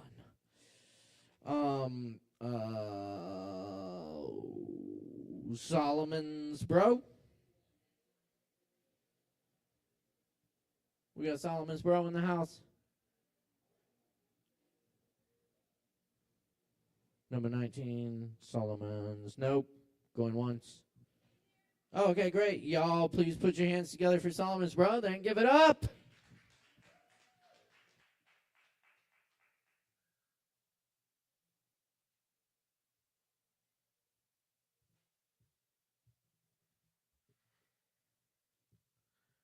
Love righteousness. Ye that be judges of the earth, think of the Lord with a good heart, and in simplicity of heart seek him. For he will be found of them that tempt him not, and showeth himself unto such as do not distrust him. For froward thoughts separate from God, and his power, when it is tried, reproveth the unwise. For into a malicious soul wisdom shall not enter, nor dwell in the body that is subject unto sin. For the Holy Spirit of discipline will flee deceit, and remove from thoughts that are without understanding, and will not abide when unrighteousness cometh in. For wisdom is a loving spirit, and will not acquit a blasphemer of his words. For God is witness of his reins, and a true beholder of his heart, and a hearer of his tongue. For the Spirit of the Lord filleth the world, and that which containeth all things hath knowledge of the voice. Therefore he that speaketh unrighteous things cannot be hid, neither shall vengeance, when it punisheth, pass by him. For inquisition shall be made into the counsels of the ungodly, and the sound of his words shall come unto the Lord for the manifestation of his wicked deeds. For the ear of jealousy heareth all things, and the noise of murmurings is not hid. Therefore beware of murmuring, which is unprofitable, and refrain your tongue from backbiting, for there is no word so secret that shall go for naught, and the mouth that belieth slayeth the soul. Seek not death in the error of your life, and pull not upon yourselves destruction with the works of your hands. For God made not death, neither hath he pleasure in the destruction of the living. For he created all things that they might have their being, and the generations of the world were healthful, and there is no poison of destruction in them, nor the kingdom of death upon the earth. For righteousness is immortal. But ungodly men with their works and words called it to them. For when they thought to have it their friend, they consumed to naught, and made a covenant with it, because they are worthy to take part with it. For the ungodly said, reasoning among themselves, but not aright, our life is short and tedious, and in the death of a man there is no remedy, neither was there any man known to have returned from the grave. For we are born at all adventure, and we shall be hereafter as though we had never been. For the breath in our nostrils is as smoke, and a little spark in the moving of our heart, which being extinguished, our body shall be turned into ashes, and our spirit shall vanish as the soft air. And our name shall be forgotten in time, and no man shall have our works in remembrance. And our life shall pass away as the trace of a cloud, and shall be dispersed as a mist, that is driven away with the beams of the sun, and overcome with the heat thereof. For our time is a very shadow that passeth away, and after our end there is no returning. For it is fast sealed, so that no man cometh again. Come on, therefore, let us enjoy the good things that are present, and let us speedily use the creatures like as in youth. Let us fill ourselves with costly wine and ointments, and let no flower of the spring pass by us. Let us crown ourselves with rosebuds before they be withered. Let none of us go without his part of our voluptuousness. Let us leave tokens of our joyfulness in every place. For this is our portion, and our lot is this. Let us oppress the poor, righteous man. Let us not spare the widow, nor reverence the ancient gray hairs of the aged. Let our strength be the law of justice, for that which is feeble is found to be worth nothing. Therefore let us lie in wait for the righteous, because he is not for our turn, and he is clean, contrary to our doings. He upbraideth us with our offending the law, and objecteth to our infamy, the transgressings of our education. He professeth to have the knowledge of God, and he calleth himself the child of the Lord. He was made to reprove our thoughts. He is grievous unto us even to behold, for his life is not like other men's. His ways are of another fashion. We are esteemed of him as counterfeits. He abstaineth from our ways as from filthiness. He pronounceth the end of the just to be blessed, and make his boast that God is his Father. Let us see if his words be true, and let us prove what shall happen in the end of him. For if the just man be the Son of God, he will help him, and deliver him from the hand of his enemies. Let us examine him with despitefulness and torture, that we may know his meekness and prove his patience. Let us condemn him with a shameful death, for by his own saying he shall be respected. Such things they did imagine, and were deceived. For their own wickedness hath blinded them. As for the mysteries of God, they knew them not, neither hoped they for the wages of righteousness, nor discerned a reward for blameless souls. For God created man to be immortal, and made him to be an image of his own eternity. Nevertheless, through envy of the devil came death into the world, and they that do hold of his side do find it. Thank you.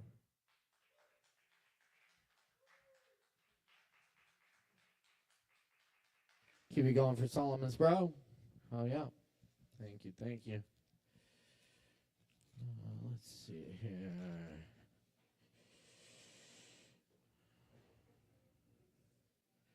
No Jalil. Okay.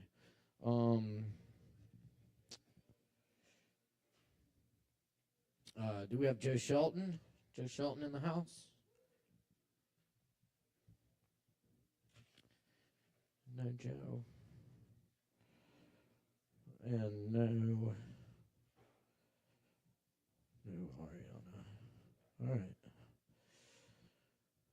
Cool. I'll leave y'all with a few poems. Thanks for hanging out with us tonight. Y'all still got plenty of time left to get drinks, so drink up, tip your bartenders, and keep checking us out here every Wednesday night for more Poetry Open Mic Asheville.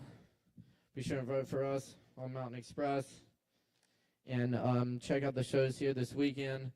My Magnificent Nemesis on Friday, and DJ Uncle Riz on Saturday.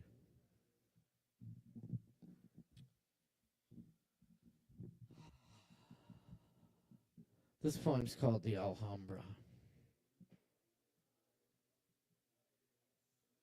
Archway upon archway, fountain reflected sunlight folds into muqarnas and arabesques.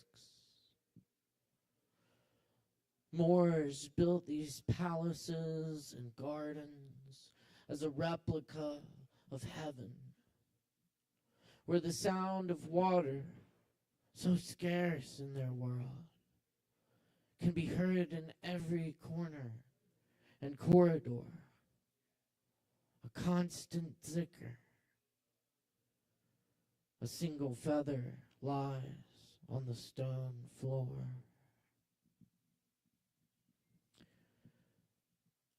The invisible world. I wring out laundry in the rank world. Blackbirds fly in and out of an open window. For centuries, distress was my dwelling place. I look skyward and dream, head resting in an open window. Tall buildings and street poles block my view, so I throw all my possessions out of an open window. Kings and their lawyers lie in palace corridors. A falcon with a note appears at the open window. Rulers cannot be trusted. Nothing has changed. A bandit steals my soul and makes through an open window. Beside the oak bookshelf, a wine bottle filled with peacock feathers. The invisible world lies just beyond the open window. Porch time. Porches mean to linger, not to stay. I sit on another porch. Porches mean unwind in solitude after a stretched day of work, or share the sound of our thoughts, arroyos of laughter. The porch never noticed us. Its weathered planks buckle in waves that creak underfoot. Railings cast themselves on faces. You and I sway in the porch swing, becoming closer to each other on cold nights, when mountain wind crawls the icy street and dark trees groan. That's where I saw the wildcat that came to inhabit my dreams. I think she was trying to tell me something. My language fails. I must listen to the ones who have been speaking since before words. Listen from inside to translate tongues spoken without tongue, to see what is beyond meaning. I think I know what the cat was saying.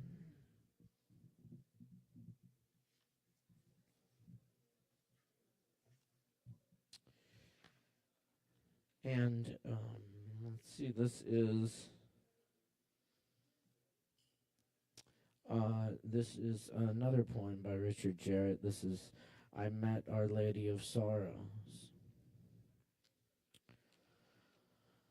I was once a ferny Siberian pea shrub in May, delicate yellow flowers dangling, Now I'm a walker weeping. The house we built with our many hands felt empty with just my two. And so I became a walker weeping. I met Our Lady of Sorrows on the road, and we talked. I was a stoic Mary, she said. Now I'm a walker weeping. Lady, did your son walk on that sea like they say? Well, it happened, she said, because he was the walker weeping. Where you came from, did you see my soul's friends? All her fingers pointed to the ground, a walker weeping.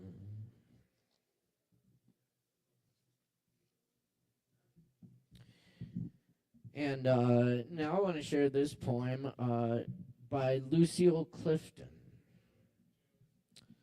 This is Share, a poem in 7 parts. Convent. My knees recall the pockets worn into the stone floor, my hands tracing against the wall their original name. Remember the cold brush of brick and the smell of the brick powdery and wet, and the light finding its way in through the high bars. And also the sisters singing at matins their sweet music, the voice of the universe at peace, and the candles their light, the light at the beginning of creation, and the wonderful simplicity of prayers smooth along wooden beads and certainly attended. Someone inside me remembers that my knees must be hidden away, that my hair must be shorn so that vanity will not test me, that my fingers are places of prayer and are holy, that my body is promised to something more certain than myself. Again, born in the year of war, on the day of perpetual help, come from the house of stillness through the soft gate of a silent mother, come to a betraying father, come to a husband who would one day rise and enter a holy house. Come to wrestle with you again, passion, old disobedient friend, through the secular days and nights of another life. Trying to understand this life. Who did I fail? Who did I cease to protect? That I should wake each morning facing the cold north. Perhaps there is a cart somewhere in history of children crying, "Sister, save us," as she walks away. The woman walks into my dreams, dragging her old habit. I turn from her, shivering, to begin another afternoon of rescue. Rescue. Centerman. Horizontal one evening on the cold stone, my cross burning into my breast, did I dream through my veil of his fingers digging? And is this the dream again, him collarless over me, calling me back to the stones of this world and my own whispered Hosanna? Karma. The habit is heavy. You feel its weight pulling around your ankles for 100 years. The broken vows hang against your breasts, each bead a word that beats you. Even now to hear the words defend, protect, goodbye, lost or alone is to be washed in sorrow. And in this life, there is no retreat, no sanctuary, no whole abiding sister. Gloria mundi. So knowing what is known, that we carry our baggage in cupped hands, when we burst through the waters of our mother, that some are born and some are brought to the glory of this world,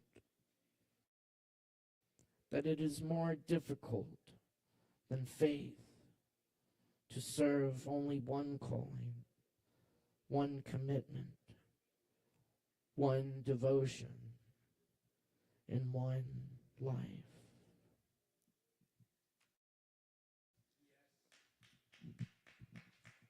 Lucille Clifton.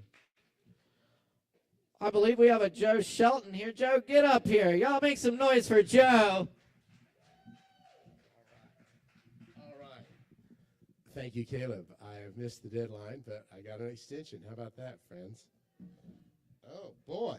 Oh, well, with apologies, I've got a little fabulous thing called the post-nasal drip. So it's just going to be a bit of the old poetry and not the singing of the songs, which I like to do, though.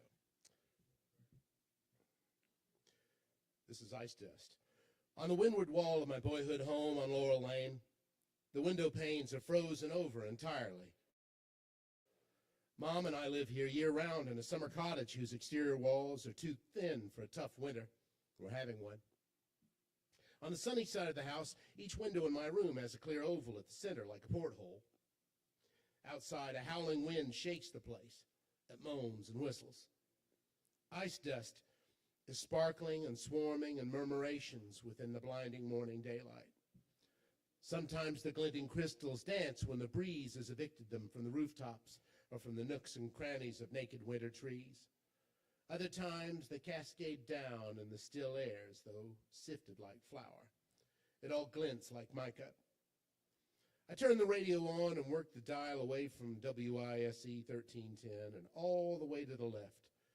After George Jones wraps up a snippet of the sappy, insufferable twang of She Thinks I Still Care on WWNC, Scotty Roadarmor tells me that students living in the high-altitude Arctic outpost of my Madison County ancestors and distant cousins will again be sledding and making snowmen today, but that we school children of Buncombe County will not.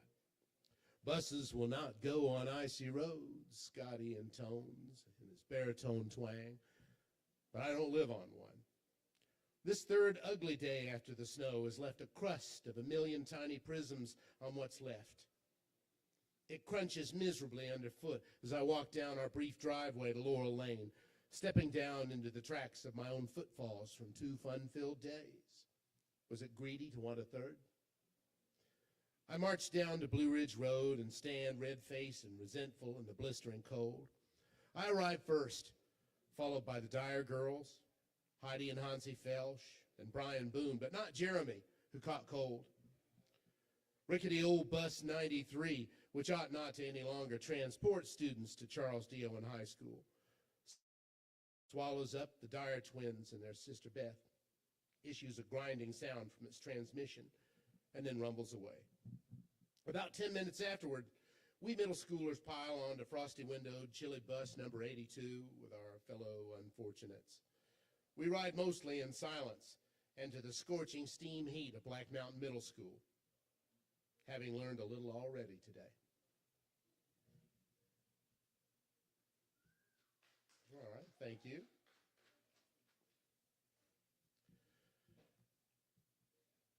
There's a rift, Tony said with a wince. A bug or a glitch, and things don't make sense. The gremlins that sew the seams into time now and again miss a stitch, and I become confused as to what or who or which is which, but especially when. I pleaded with myself and beckoned for persistence of my visions, 24 frames per second, but I'm missing some moments now and again, as though in a haze in an opium den.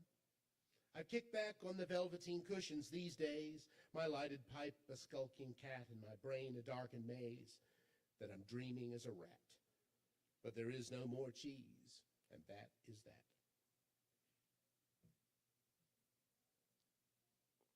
Okay. All right, this is for you, Montreat people, if Nick's here, I don't know. Susan is a pond and not a lake. She's been misnomered, for heaven's sake. It's not a thing I've said to make the girl maligned. Her pretense wasn't chosen, but assigned. She's undisturbed today, at rest and reflective, and so offers up the upside-down and opposite perspective of a tiara ringed round her, bejeweled with trees, in their lush leafy ermine, green and waving in the breeze. At the northernmost crest on the crown of her head, a brief stone bridge across which her name is read.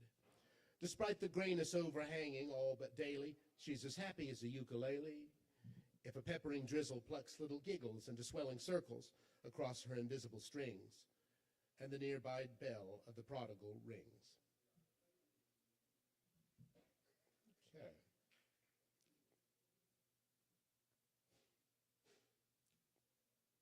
I hate to be rushed. I hate to be kept waiting. I hate for people to leave disarray and trash where I have to work or live or just where I have to be. I hate for people to make unreasonable demands of me. I hate for people to leave me with a heap of obligations, but no prioritization or direction. I hate for people to place unpalatable food before me. I hate to face the negative results of someone else's poor decision-making. I hate to have to do other people's homework for them. I hate remediating other people's wrongdoing. I hate for people's bad habits to harm, sicken, or endanger me. I hate it when people are hypercritical, thoughtless, or unforgiving. Yet, I do all those things to me. Be good to you. All right. So, things have been pretty wacky and dire on our political stuff, and I'm just going to give you a couple of quick poems that you could take politically or not. This is Pebble. There are more tallies in the W's than in the L's for Team Goliath, and that's just as well. In combat with you lot, I stand little chance. I'm hard to make out among the Lilliputian ants. Still, I beg you, give your nemesis audience and hear a tiny shouted whisper in the cavern of your ear. Which, I ask, is the greater between us two, the giant or the pebble in his shoe?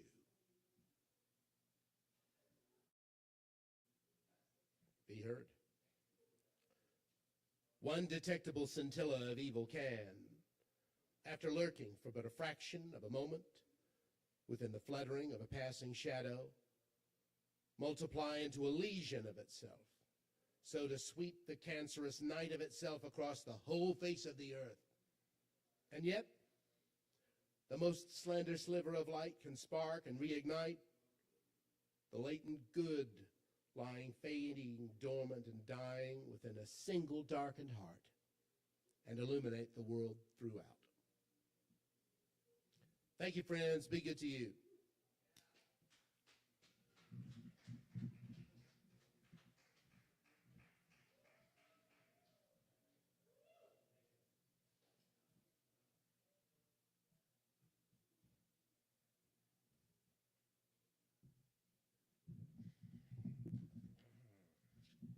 All right, thank you, Joe.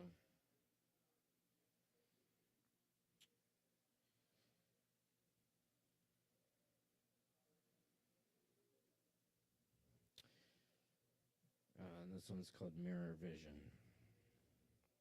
Always fires look like mirrors to me. Something deep in the flame, waving at me. In the back of a cupboard at the Melbourne Museum, a preserved Tasmanian tiger in a jar, the last of its kind. Never another, never saw the others, never was born into slaughter. for a coming extinction by W.S. Merwin.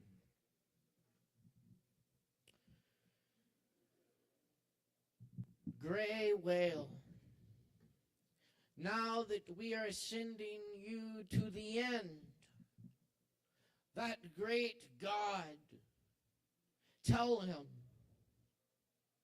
that we who follow you invented forgiveness and forgive nothing.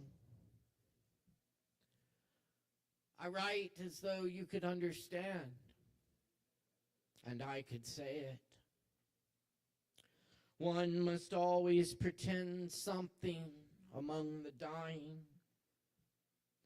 When you have left the seas, nodding on their stalks, empty of you, tell him that we were made on another day. The bewilderment will diminish like an echo, winding along your inner mountains and find its way out, leaving behind it the future, dead and ours. When you will not see again the whale calves trying the light, consider what you will find in the black garden and its court.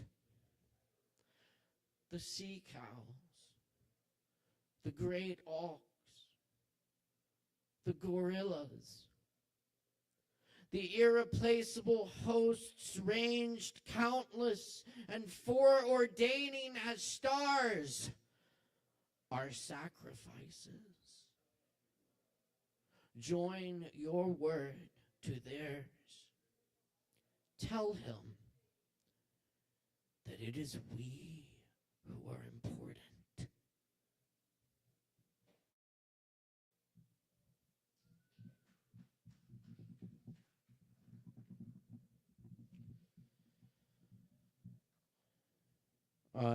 Thanks. Got two more for you. I'll leave you with this Dan Gerber poem and a little bit of Rumi of the Barks translation. Thanks so much for hanging out tonight, y'all. Really appreciate y'all.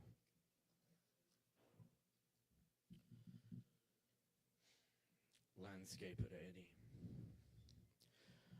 A lifetime burning in every moment. Eliot wrote of his life in old age.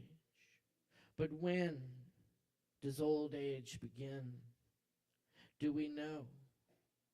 We seem to agree on the ending. The blue reaches of a summer afternoon, a turkey vulture tilting on its wings. A crow finishes its drink and flaps off like old leather to an oak. When I look up again, the hawk, hovering in winds aloft, has faded into the sky, and the lizard hasn't budged from the rock since I first spotted him there. We're always watched by familiar eyes, the countless windows in which we appear. The spider on the pillow, taking in all 8 of me at a glance.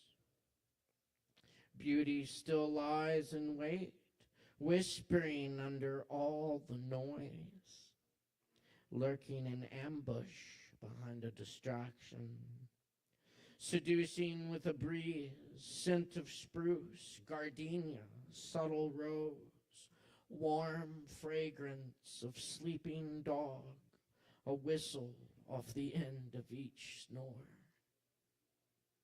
Luminous blue rivers shuttle through Greenland glacier, never swift enough to suit themselves. Bananas passing from green to brown, barely pausing at yellow. Poet, a worm whose words might make a butterfly. Levi drowned, embracing the moon of illusion in the river, reflecting the moon of illusion in the sky. loving both equally. But the moon in the river was closer. Nepenthe will keep you from weeping. I carry my claws with care. Coruscating light all day on the river, all night on the walls of my room. I find myself nostalgic for the last time I was feeling nostalgic. I used to be there all the time, looking back on it now. All night, the quiet night of California, freeways full or filling up. One certain liberty, to be patient and eventually leave.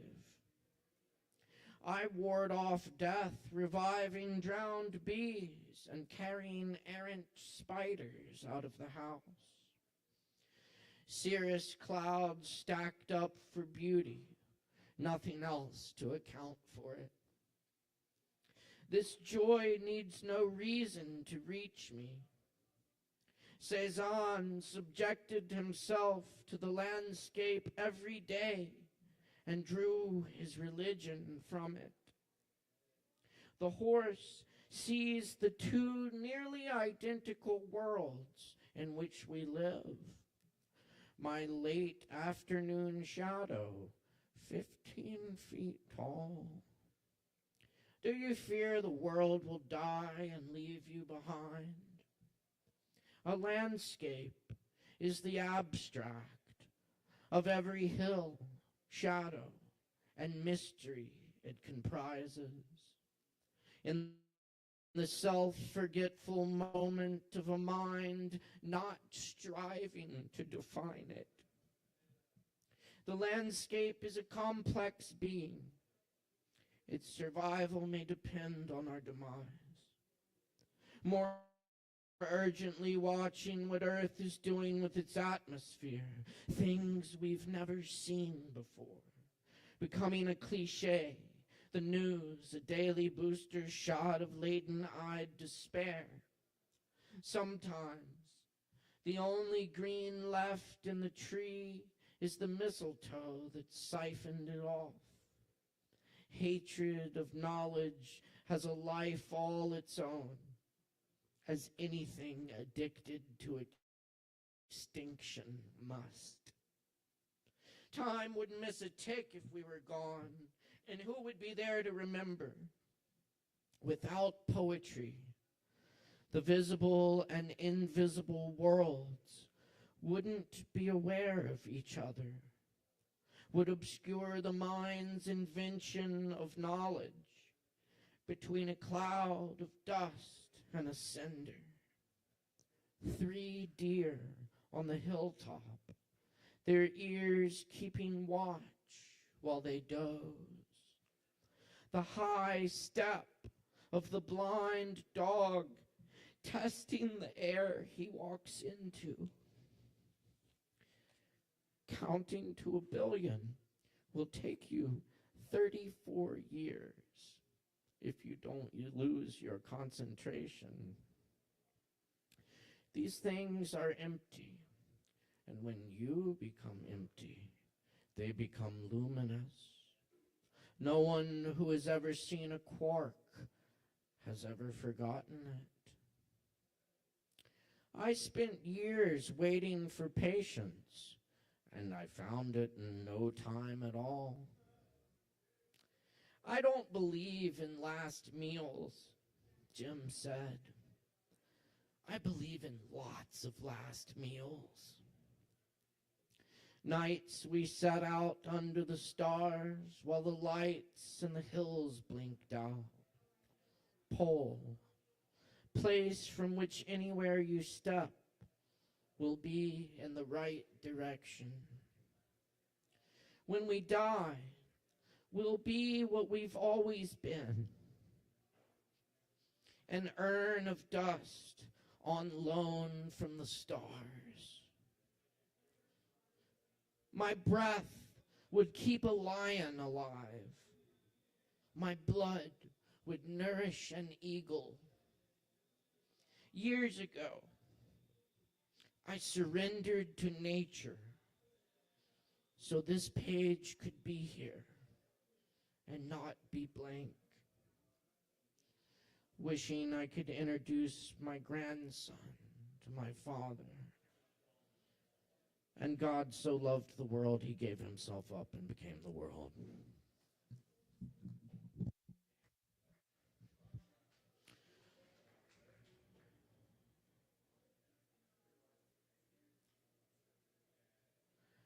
Out beyond ideas of wrongdoing and right doing, there is a field. I'll meet you there. Out beyond ideas of wrongdoing and right doing, there is a field. I'll meet you there.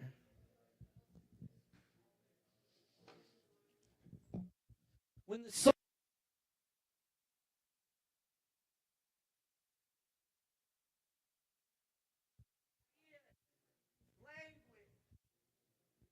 even the phrase each other doesn't make any sense.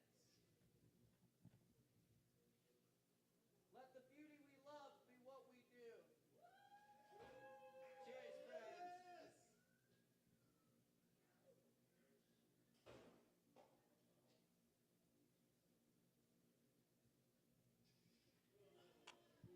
Bola.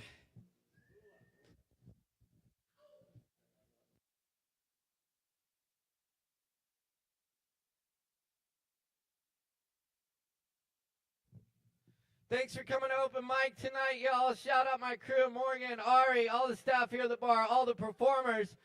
We'll see you next week. Much love, y'all. We're dealing.